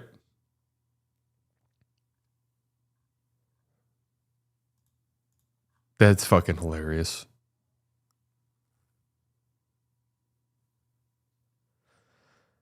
Do you know if this voids Chauncey's contract? Oh, for sure. All of these contracts have like outs if you do some insane illegal shit.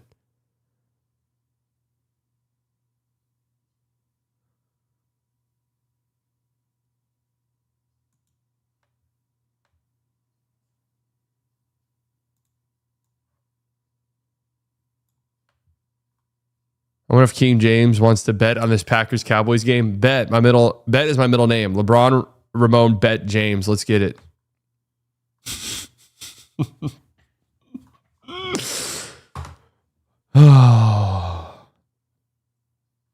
That tweet about the charity poker game is insane.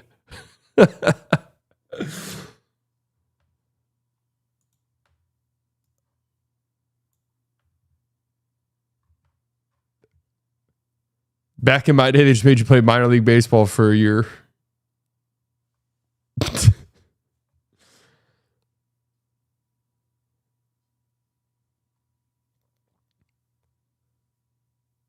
So funny.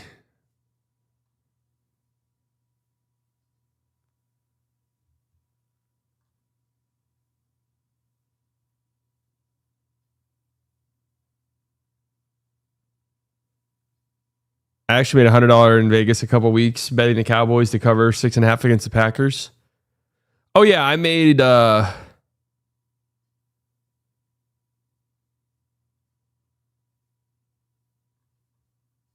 made some money whenever I was in Vegas too.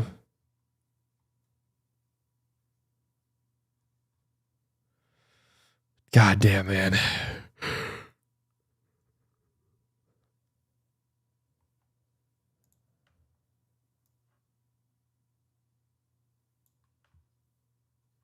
Chauncey Billups been eating good off scoot unders. He cried when they traded Ayton away. Oh, man. Chauncey Billups on DeAndre Ayton playing just 2 minutes in the second half Friday. I didn't like his spirit in the game.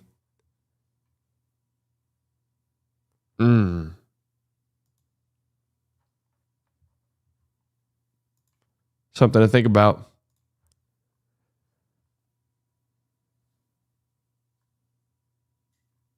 Something to think about.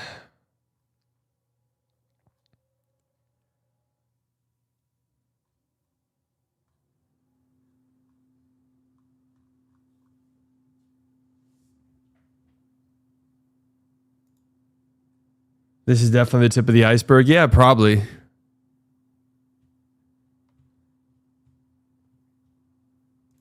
We'll see. I mean, if there's anyone else, because they said using athletes, like plural,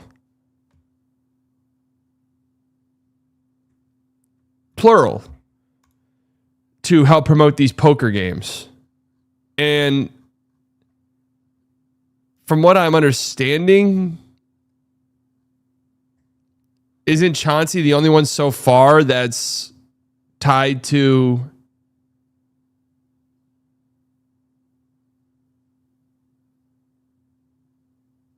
the poker game that's been arrested?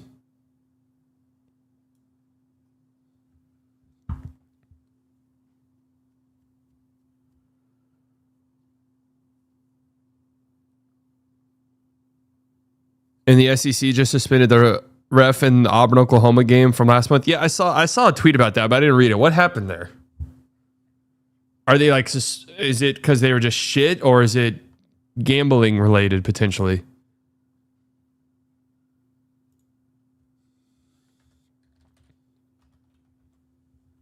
Almost typed in sex in the search bar. That would have been bad.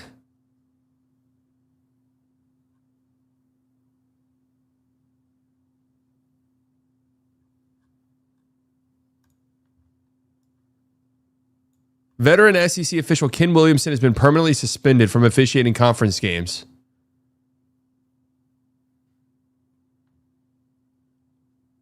What?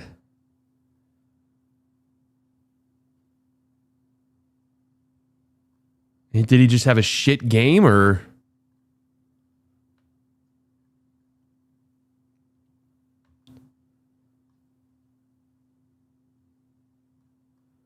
Or did he bet?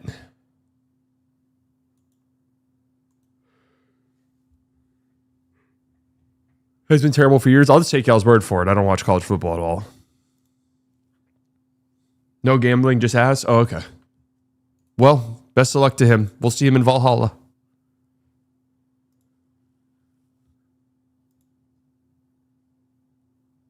We'll see you in Valhalla.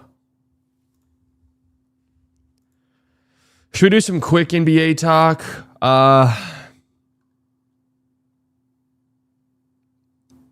I am going to do a ramble video on the Clips channel here in a second.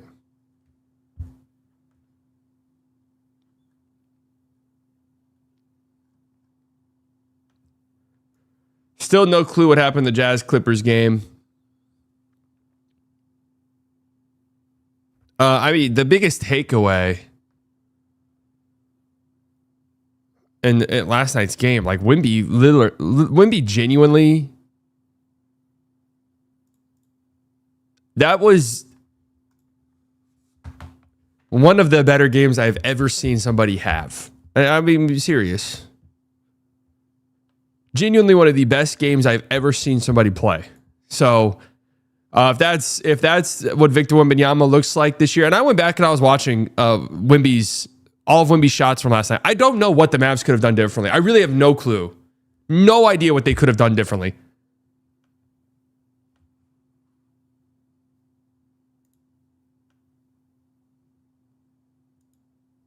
I have no idea what Wemby could have done differently.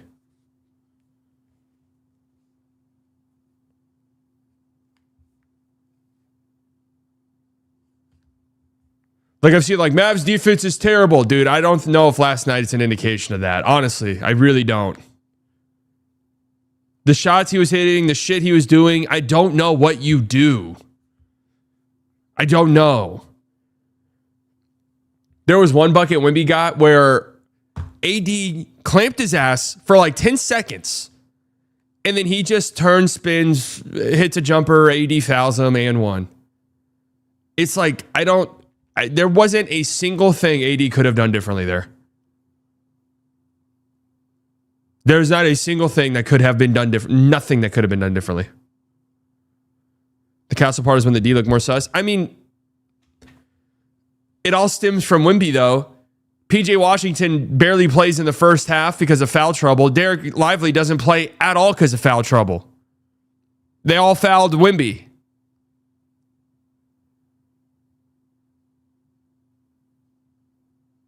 Like, Wemby fucked the game up immediately.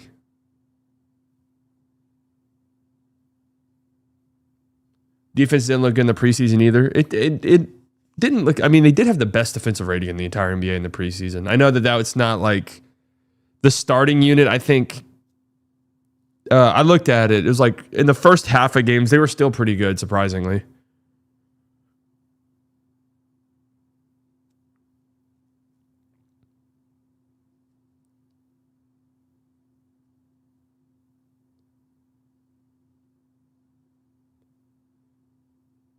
So I don't know. I've been saying this about the Mavs. Like I'll let you guys know in like a few weeks. I mean, they're gonna experiment with some stuff early in the season. Kid always does it. I wish they did not do Cooper Flagg at point guard.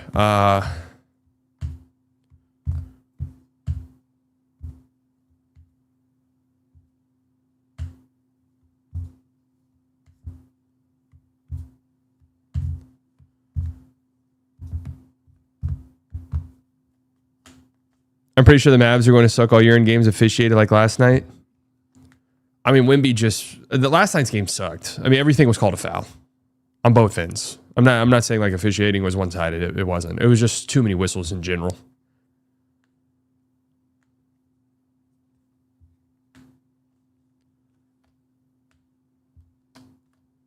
It wasn't Wemby. It was the refs put the team in foul trouble in the first quarters. No, but I mean, they were calling everything. Like, to be fair, they called a lot of fouls on the Spurs too. Just calling everything, but yeah, I mean, they were like they would show replays and they look like fouls to me.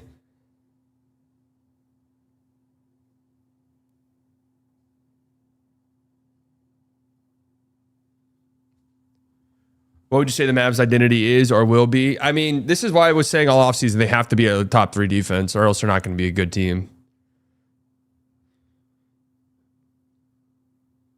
Defenses, especially on newer teams, defenses can take some time to gel. Should NBA coaches be able to have one FBI review per game? Yeah, I'm in on that.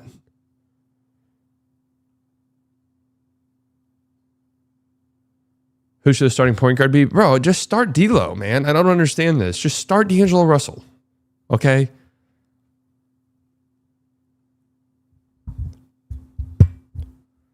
Just start D'Lo.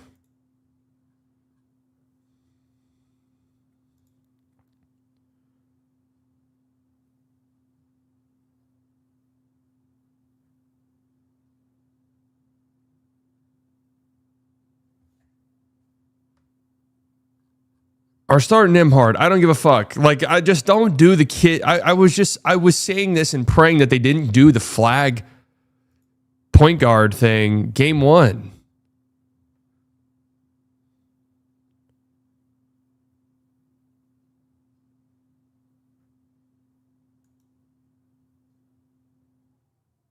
I just don't understand it.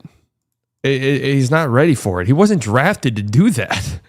You know what I mean? He wasn't drafted to do that.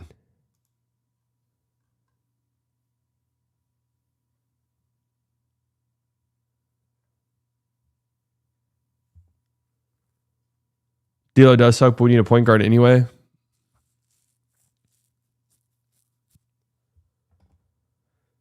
I mean, last night the Mavs got fucked up. I mean, they got shitted on. That was an embarrassment. I don't know what to say. That was really bad. There was not a single positive to take away from last night's. Literally nothing. I don't leave last night's game feeling good about a single thing that happened. Are you down on Cooper after game one? No. Not at all, really. I thought Cooper looked good defensively. Little rough offensively. Too passive. Kind of similar stuff I feel like we saw in Cooper Flag's first summer league game, his first preseason game, now his first regular season game. You know, let's see what he looks like when he starts feeling comfortable. Definitely not a good game. Like, don't get me wrong. He didn't play well, but you know, he's an 18-year-old rookie. And I gotta say, because I've seen some of this and like in the chat and on Locked On comments and on like Twitter posts. Man, I think some of you guys are fucking losers straight up. You know, a lot of you were rooting for this basketball team 8 months ago, and I get it. You're not rooting for the team anymore. That's cool. I totally understand it and get it. But like now you're turning and hating on an 18-year-old kid. Like that's just bizarre to me. You know, hate on the team, hate on the organization, but some of like the comments I've seen, they go beyond like, oh, you guys thought Flag was going to be good. Like, that's fine. But some of this shit is just bizarre, bro. You're like a grown man loser, okay? Like, full stop. You're a loser. So, like, it's just weird.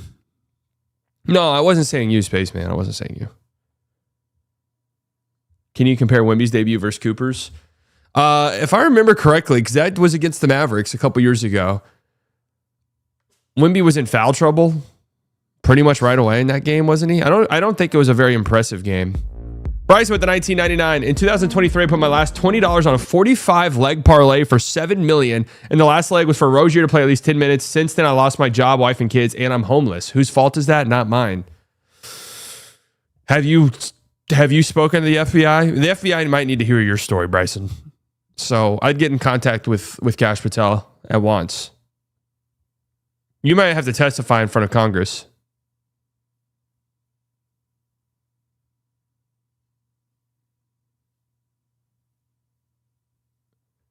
Yeah, Luka's debut wasn't great. I mean, dude, it's just rookies. There's ups and downs. There always is. There's always ups and downs. Dude, I mean, Luka had one of the better rookie seasons we've ever seen, honestly, and there were still ups and downs there. They're rookies. It's the reason why a rookie hasn't made the All-Star game in what has it been, like 20 years almost? A rookie hasn't made an All-NBA team in how long?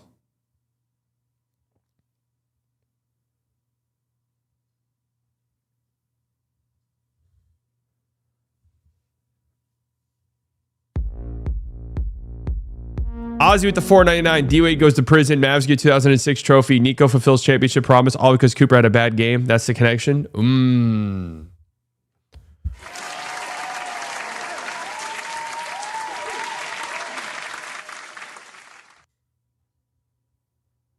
VJ looked really good. I was actually very surprised at how much VJ was involved in the offense. Also, Embiid looked dreadful.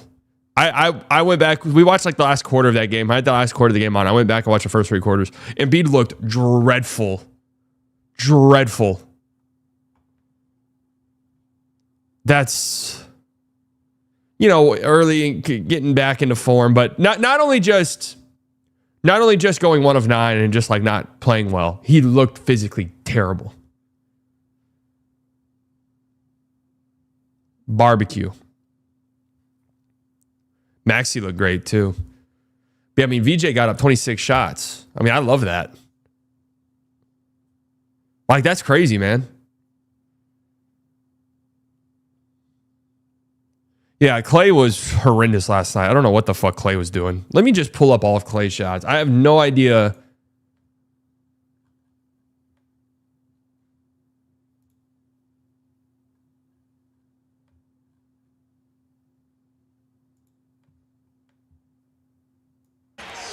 Castle is guarding Cooper Flagg. Here's all of Klay Thompson's shots from last night. Okay. I get you're one of the greatest shooters to ever play the game, but that one's maybe a little ambitious, right? But all right. Early on, I want to get a shot up. All right. Foul baiting. Throw the ball up. Maybe could have been a foul. But all right. That was a nice, tough bucket right there. Okay. One-legged fade off the side of the rim.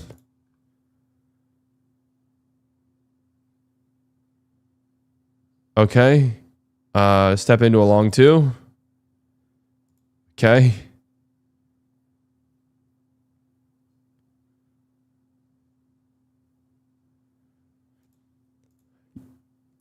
This actually is not a bad shot. And this is like...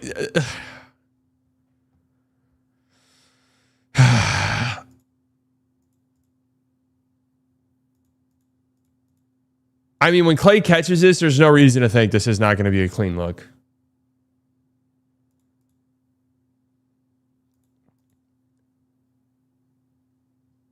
It's just that guy's 7'7". You know, like that's the only guy in the league who's like really altering that shot, I feel like. This one was just a miss.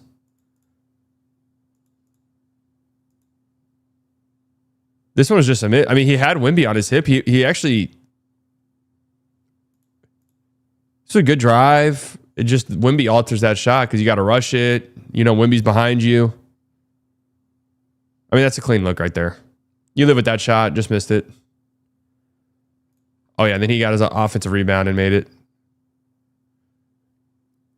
You know, whatever. He misses an open three. You live with those shots.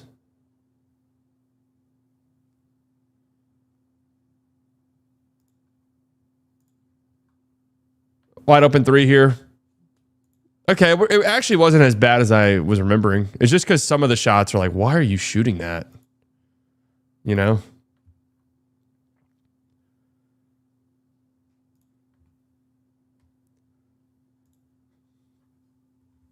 Yeah, we'll see what the Mavs look like. I mean, it's one game of 82, first game. And, you know, one of the common things I heard talked about this team is like, 13 guys are coming back. Continuity. These guys hadn't played together. Like, it's a completely new context to this team. This is not like these, like, AD played in 11 games last year. AD and Derek Lively played, what, I think 50 total minutes together on the floor last year.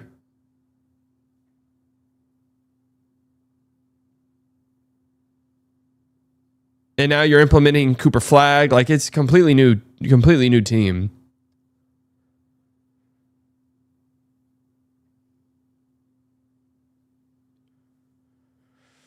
But anyways, them being fully healthy will never happen. Let's be serious now. Well, I mean, no team's ever fully healthy.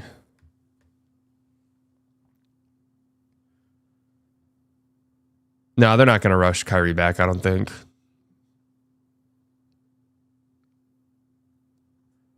I guess Max Christie looked pretty good last night. Nembhard didn't look half bad. PJ looks good, but you know, early foul trouble for him. What does Nembhard say about Williams and Hardy? I mean, what's there to say about Hardy? Hardy's not an NBA player. Brandon Williams was hurt all camp. So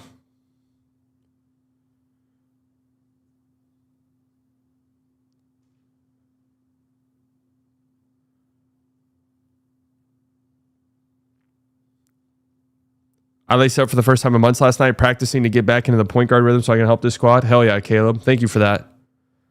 Thoughts on Nembhard's performance? The offense does look better when he's on the floor.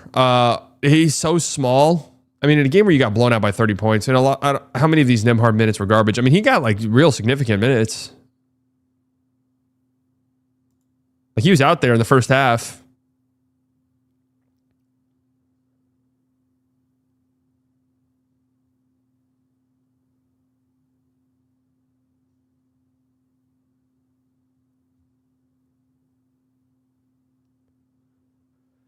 I don't think it's a coincidence that, I did find it interesting. Second half starts and Flag immediately became uber aggressive with a shot. Only had 2 shot attempts going into the second half. So immediately put up 11 shots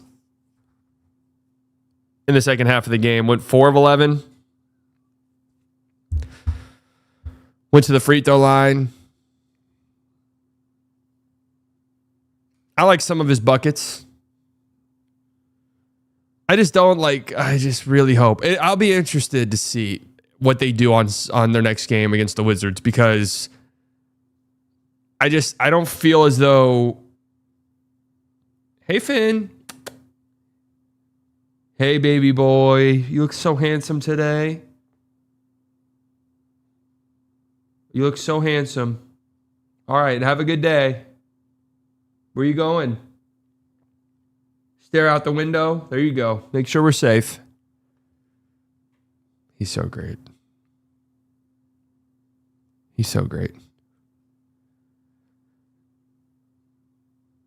I just don't understand the strong thoughts either way after one game. Yeah, I agree.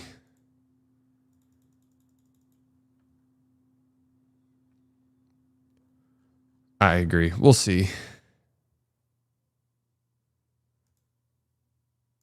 Yeah, I'm not. I mean, I'm gonna be brutally honest. I have so many different words muted on Twitter. I don't really go on Twitter much anymore at all. Outside of like when things like this happen.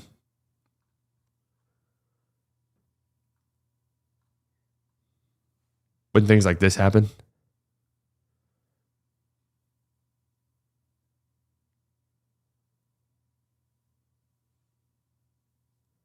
Windhorse just said Anthony Davis availability information may have been part of the gambling scheme too. Oh, man.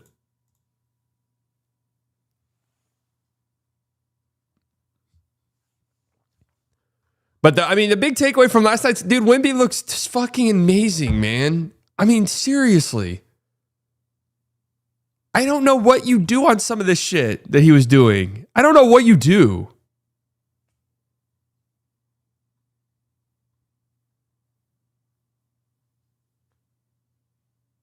He set the tone immediately. Watch Wemby come out and play average rest of the season. Yeah, that would be Wemby. Who looked better, Wemby or Shingun? Wemby. That if this is what Wemby looks like, and it won't be every game like this, obviously, but if this is just the level Wemby's at, he is the best player on the planet right now. I don't care. Jokic has won MVPs in finals. Shea just won the final. I do not care. He's the best player in the world right this second.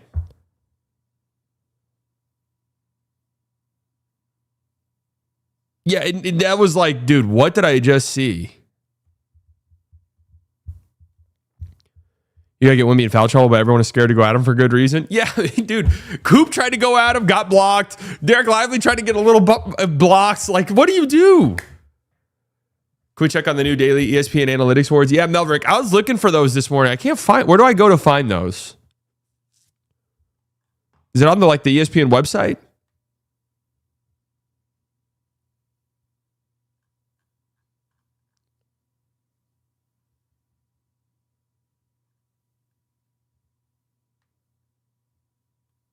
How many sliders would it take to score on Wemby? At least 5 stacked on a shoulder.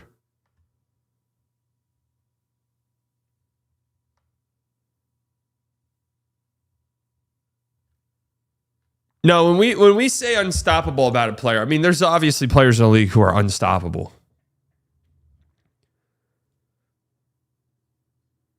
Wemby was Wemby was like beyond unstoppable. Like transcended beyond it. It was like, He would just look at you and would evaporate you on the floor.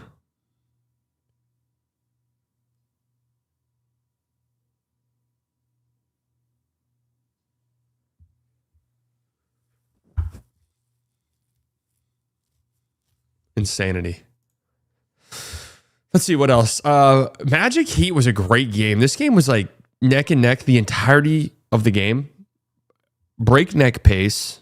Kind of intrigued by that. Desmond Bane was fucking incredible. Desmond Bane was incredible. So I am I had the Magic finishing second in the conference. I feel good by that. All right, here we go. ESPN analytics and rewards from the day. This is on ESPNanalytics.com every day. Our guy, valued community member, Melvrick is... Melvrick, what's your involvement in this exactly? Our guy Melvrick is working for ESPN, correct? It is has a role to play in this. It's what we do in the slightly biased community. We have infiltrated ESPN. Just kidding. I don't want to. I'm just joking about that.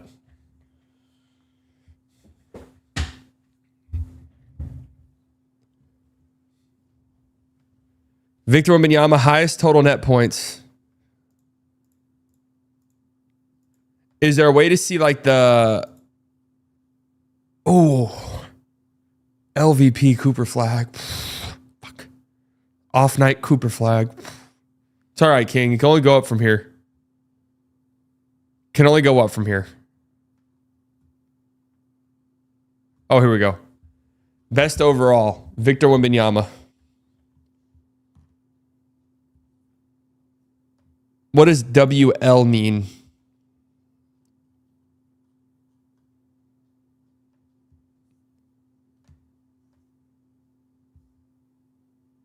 Yeah, Wemby, my lord.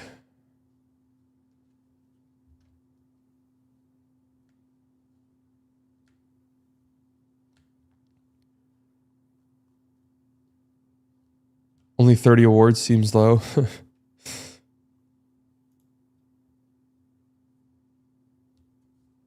I'm actually going to be interested to see. All right, so the highest total net points. Luka had plus 10.8 night one. Understandable. He was awesome. Plus 16.9. I wonder how long it takes for that to get topped. Breaking news, guys. Finn is now playing with a purple toy. I don't know where that one comes from. But a purple toy is being played with.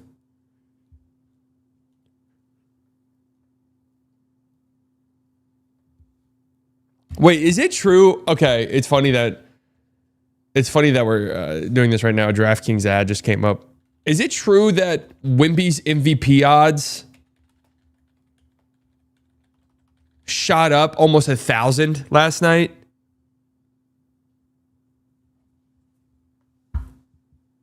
Wow, it did. Wemby is second in MVP odds now. Second in MVP odds. Wow. Flag is still favored for a Rookie of the Year, but it has gone down. No, not crazy at all. Not crazy at all.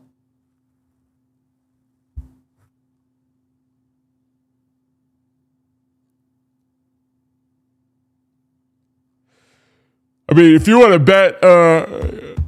bet, Sixth Man of the Year, this is the award. If you just have an inclination. Anthony Simons looked good last night. Deuce McBride, low key.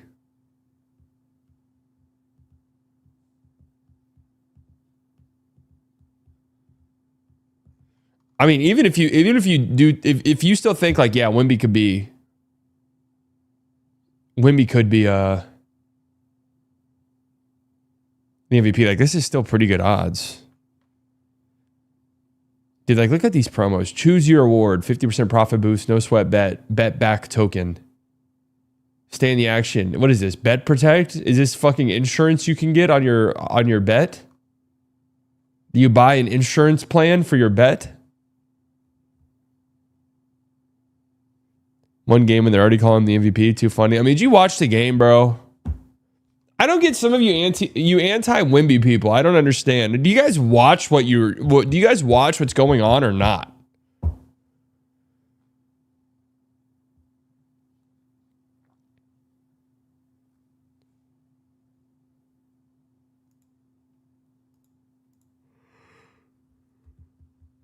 Like, do you guys see what's happening?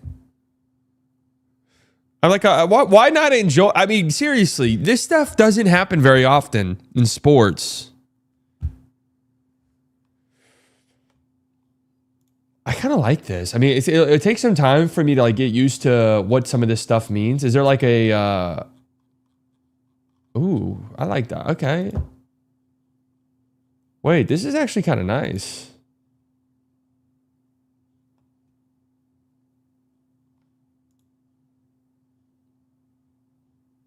Wait, this is actually kind of sick.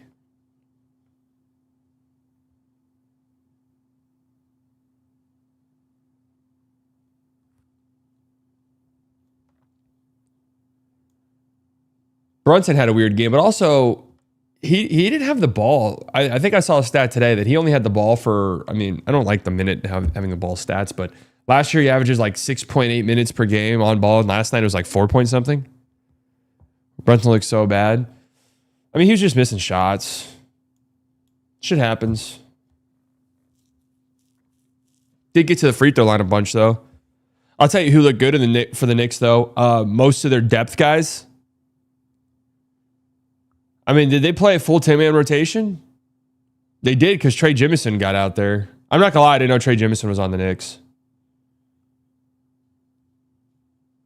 I mean, they went 11 guys deep. I intentionally did not watch preseason basketball for pretty much most teams. Laker legend, Trey Jemison. Yep. Pelicans legend last year. I saw him too. He's fucking huge. I went to the Mavs Pelicans game, sat pretty close. He's just like a strong human being.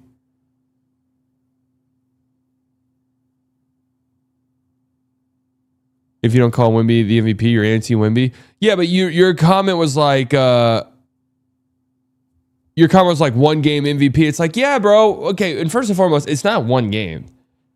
Like it's combining that with his first 2 years in the league and the obvious trajectory that he's on.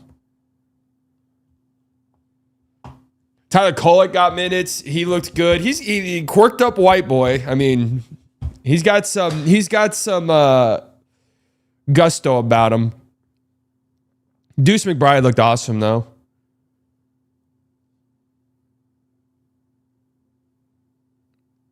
Yeah, if I'm any team watching that Wemby game, I think I'm hammering it to my. If I'm a coach, I'm hammering it to my team. Do not jump on his pump fakes. If he shoots it over you, he shoots it over you. But he's gotten much stronger now.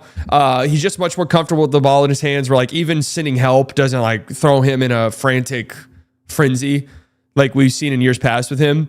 So like just if he shoots over you, he shoots over you. Put your hand up. I know you're not even gonna alter the shot with your hand up, but still.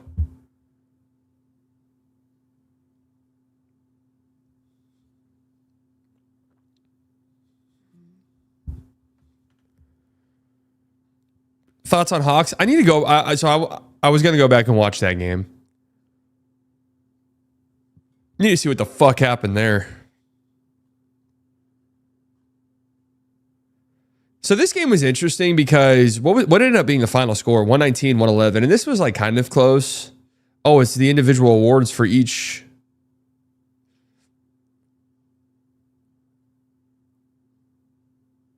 Darth Vader.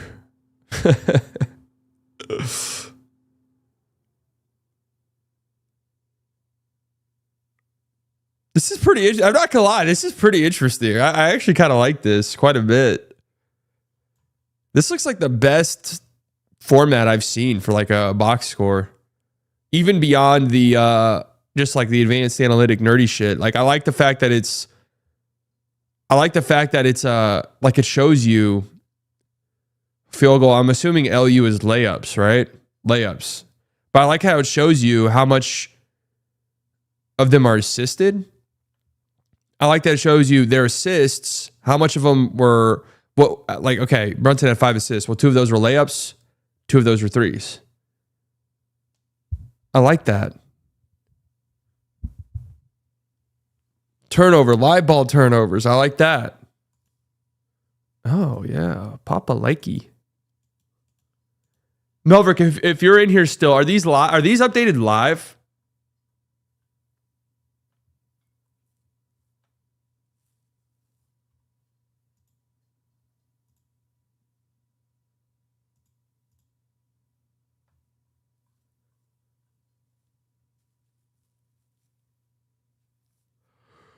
I like you.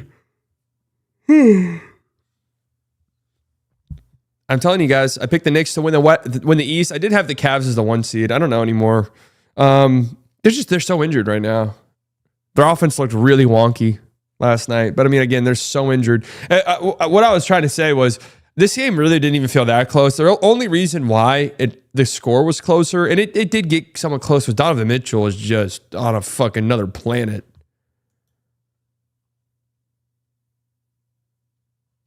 Like, the shots he was hitting were just kind of nutty in the second half of the game.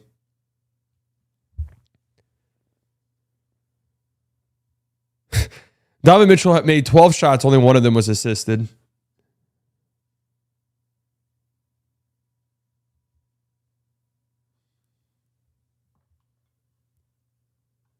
Regular season Spida.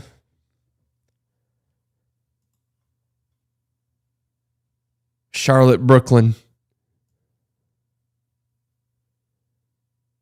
MVP, Trey Mann. Least valuable player, Michael Porter Jr. Wah, wah, wah, wah. Wait, were you guys trolling me? Somebody in my chat yesterday said that Michael Porter Jr. set a career high in assists and he had 5. I actually believed you guys.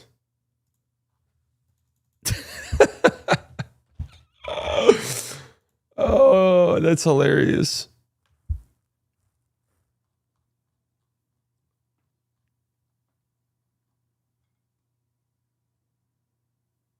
Yeah, I was about to say, his career high in assists is 6. How is that even possible? Wait, how is that even possible, actually? To be in the NBA as long as he has, to be like a scorer, not even have 7 assists once?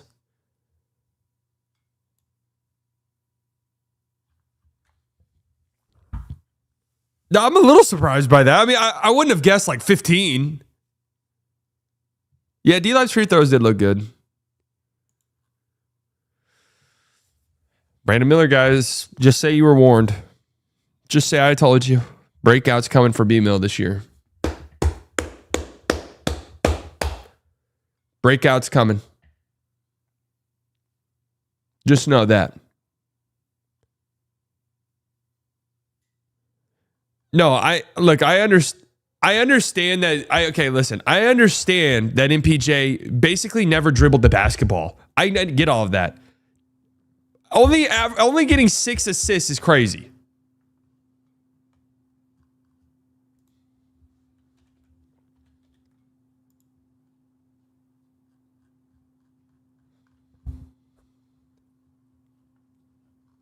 All I'm saying is I'm surprised he's never just had like a 7 assist game.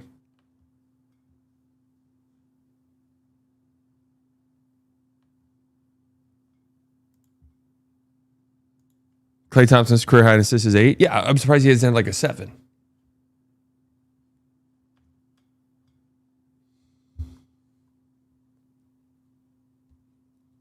Yeah, Igor had a good game, huh? 4 of 6? 4 of 6 from 3? All right. Let's see. It's actually, okay, it actually might be fun to predict who the most valuable player, according to this, would be. Miami and Orlando. I'm going to guess Bane.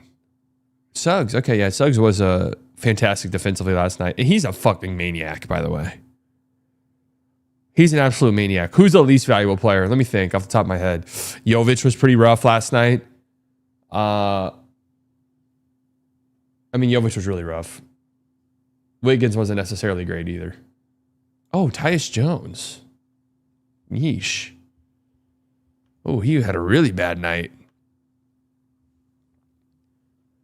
Yeah, Davion is a good player, 100%. That's going to be a fantastic contract.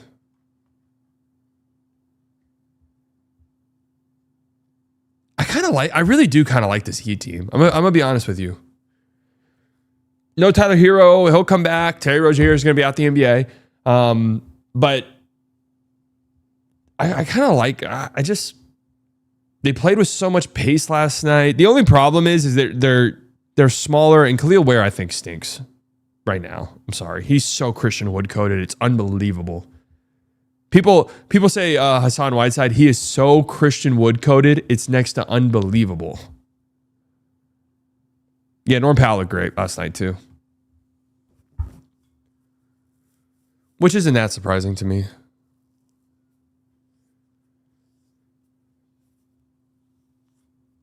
But the Desmond Bane, weirdly, Desmond Bane was a negative? Huh. This is why eye test is more important than stats a lot of times, especially single game advanced stats stuff. I thought Bane was awesome last night. Awesome. I mean, he initiated a ton of their offense. How many pick and rolls did they do, I wonder, with just the number of Bane and Paolo? Felt like a lot.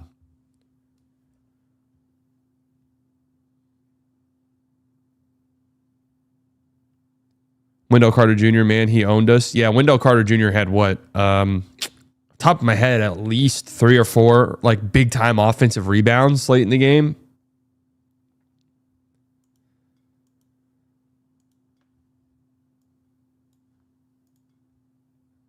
What I'm interested to go back and look at this. What the fuck happened here?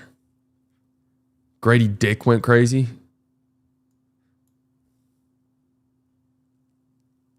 Anthony Black did a few things last night I didn't think were half bad.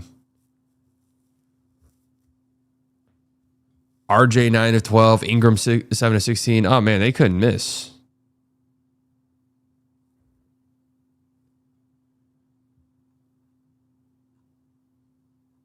Hawks defense, I was just about to say, they gave up 46 layup attempts.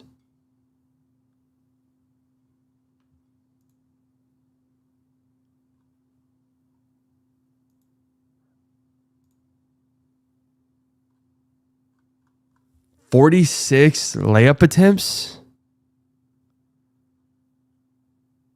What?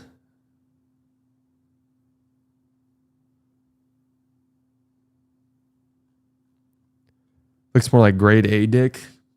Nice one. Nice one. Sixers, yeah, MVP has to be Tyrese Maxey. Let's see. Who do we think the least valuable player of this game is? Honestly, could it be Joel Embiid? He was so terrible. Pritchard wasn't really good either. It was Joel Embiid. I don't know what the takeaway from that should be, honestly.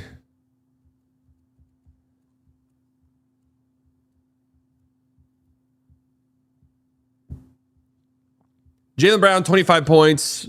Not off to a great start for him, leading the league in scoring.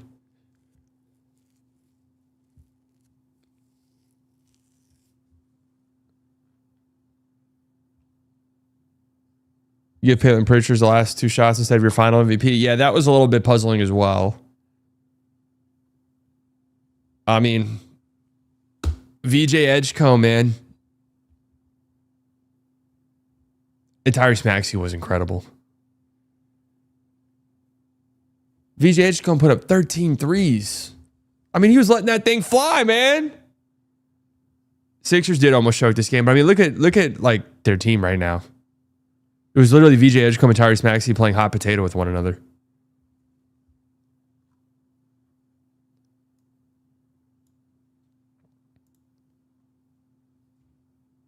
Celtics bench is so awful. Yeah, I don't think they're going to be a very good team. Tyrese Maxey looked fantastic though. Like I'm happy for him.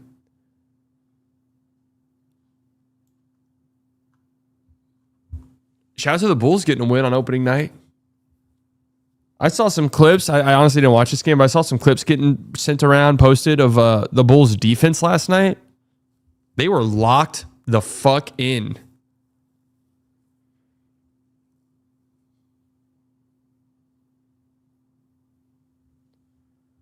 Locked in. You know who also good? Quentin Grimes. Really, I actually didn't think Grimes looked that good from what I was watching.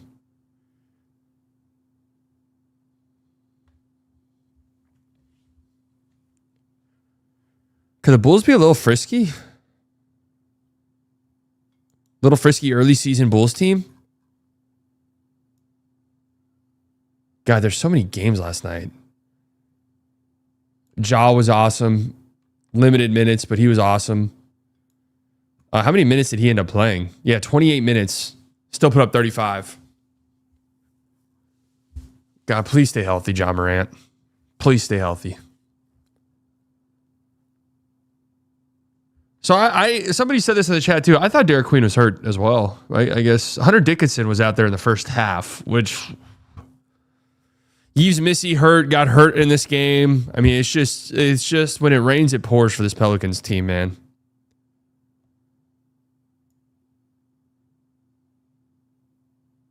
Yeah, I mean, when Ja did have like a kind of scary ankle turn in this game, but he seemed fine. When Ja's just dead set on getting to the rim, he is unstoppable. 6 of 6 on layup attempts last night. He's kind of 1 of 1 in his. I don't understand how the way he jumps doesn't make any sense to me. The way he like hangs in the air, it literally looks like he's defying gravity sometimes with his jumps.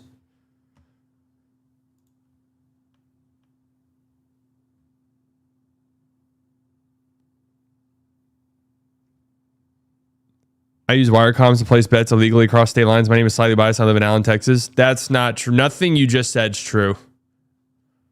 Nothing about that. That's not even where I live. Giannis was fantastic. How did Trey Johnson? 5 of 11. I didn't see a single second from this game. So we're just box score looking at some of this shit. 16 points in his debut. All right.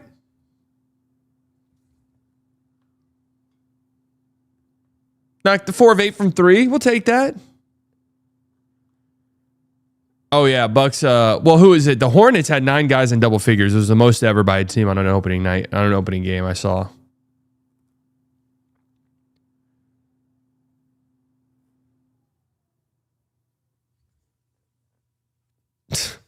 $15 of 19 at the rim, Giannis was. 15 of 19. I had to take all offseason. I thought Giannis would win MVP. It could happen.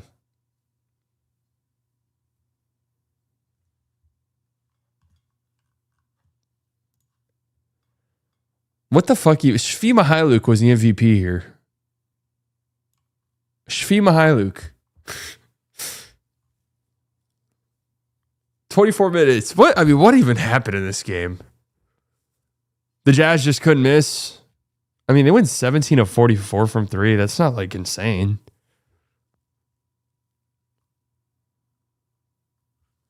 My name is Victor Wembanyama, and I've also been gambling.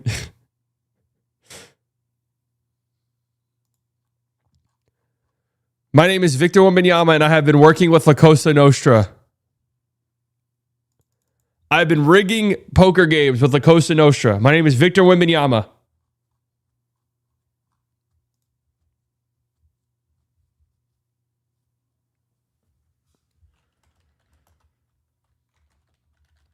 I have been rigging poker games with La Cosa Nostra.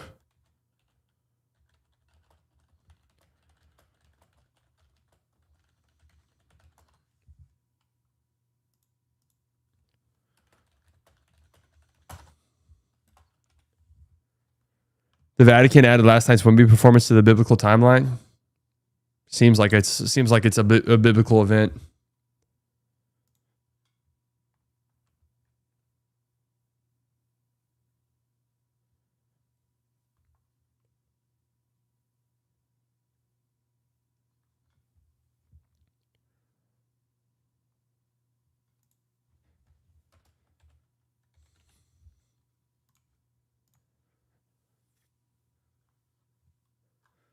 Guess who's going to jail tonight?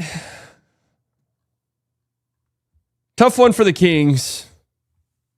They played admirably. My stance that the Suns might just be a little bit of a pain in the ass frisky team looks pretty good early on. Dylan Brooks, what 24 shots. How many of those were in the first minute of the game or first quarter? Didn't he have 11? Yeah, no Sabonis. I mean, I don't think the Kings played terribly. 11 shots in the first quarter. I love that.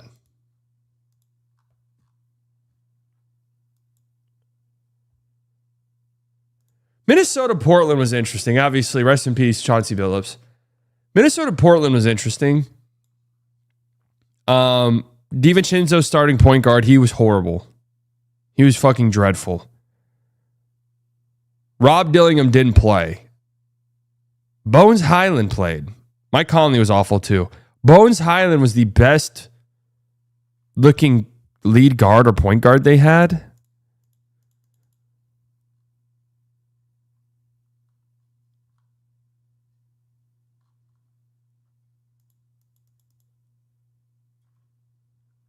So I'm kind of concerned about them, man, because Anthony Edwards had to go on an absolute fucking heater and do Anthony Edwards top 5 player shit to help them pull this game out. But I'm a little bit concerned about their guard situation. Shannon looks very good. Yeah, Shannon did look good.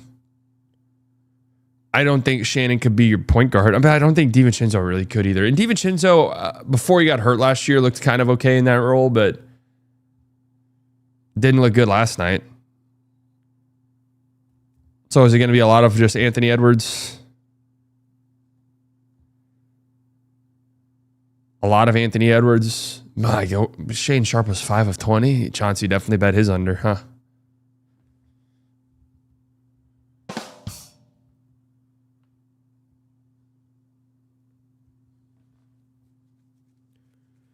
When we took over the conversation, but Anthony Edwards looks like he made a massive jump again. Yeah.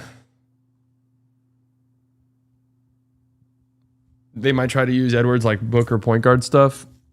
I mean, they've really already tried to do that before. Rob Dillingham not being ready is bad. I mean, they took a big gamble on him. They traded into that pick. And Bones Highland, you being more confident in Bones Highland is...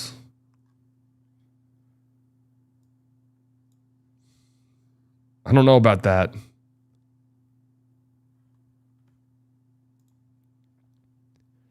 A lot of gambling on defense in the locker room for the Blazers.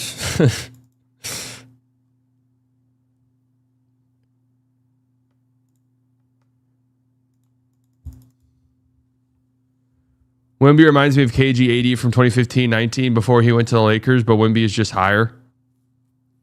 Wemby reminds me of nothing. Never seen a single thing like it. All right, well, this is hilarious because I've been live for 2.5 hours, and I actually wanted this to be today a short stream. So I'm about to post a ramble video on the Clips channel. Why is this shit not working? And then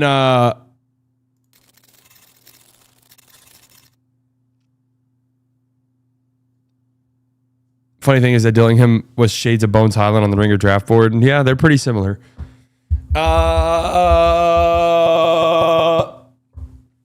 We'll be live again tomorrow. What a crazy ass day. There's definitely more coming from this.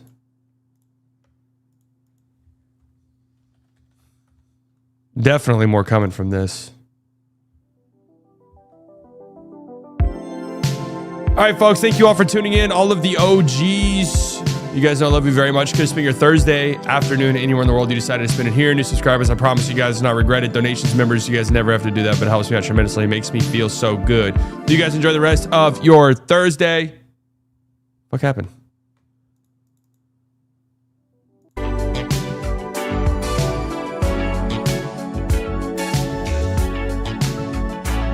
You guys enjoy the rest of your Thursday. I'll talk to you all later. Bye.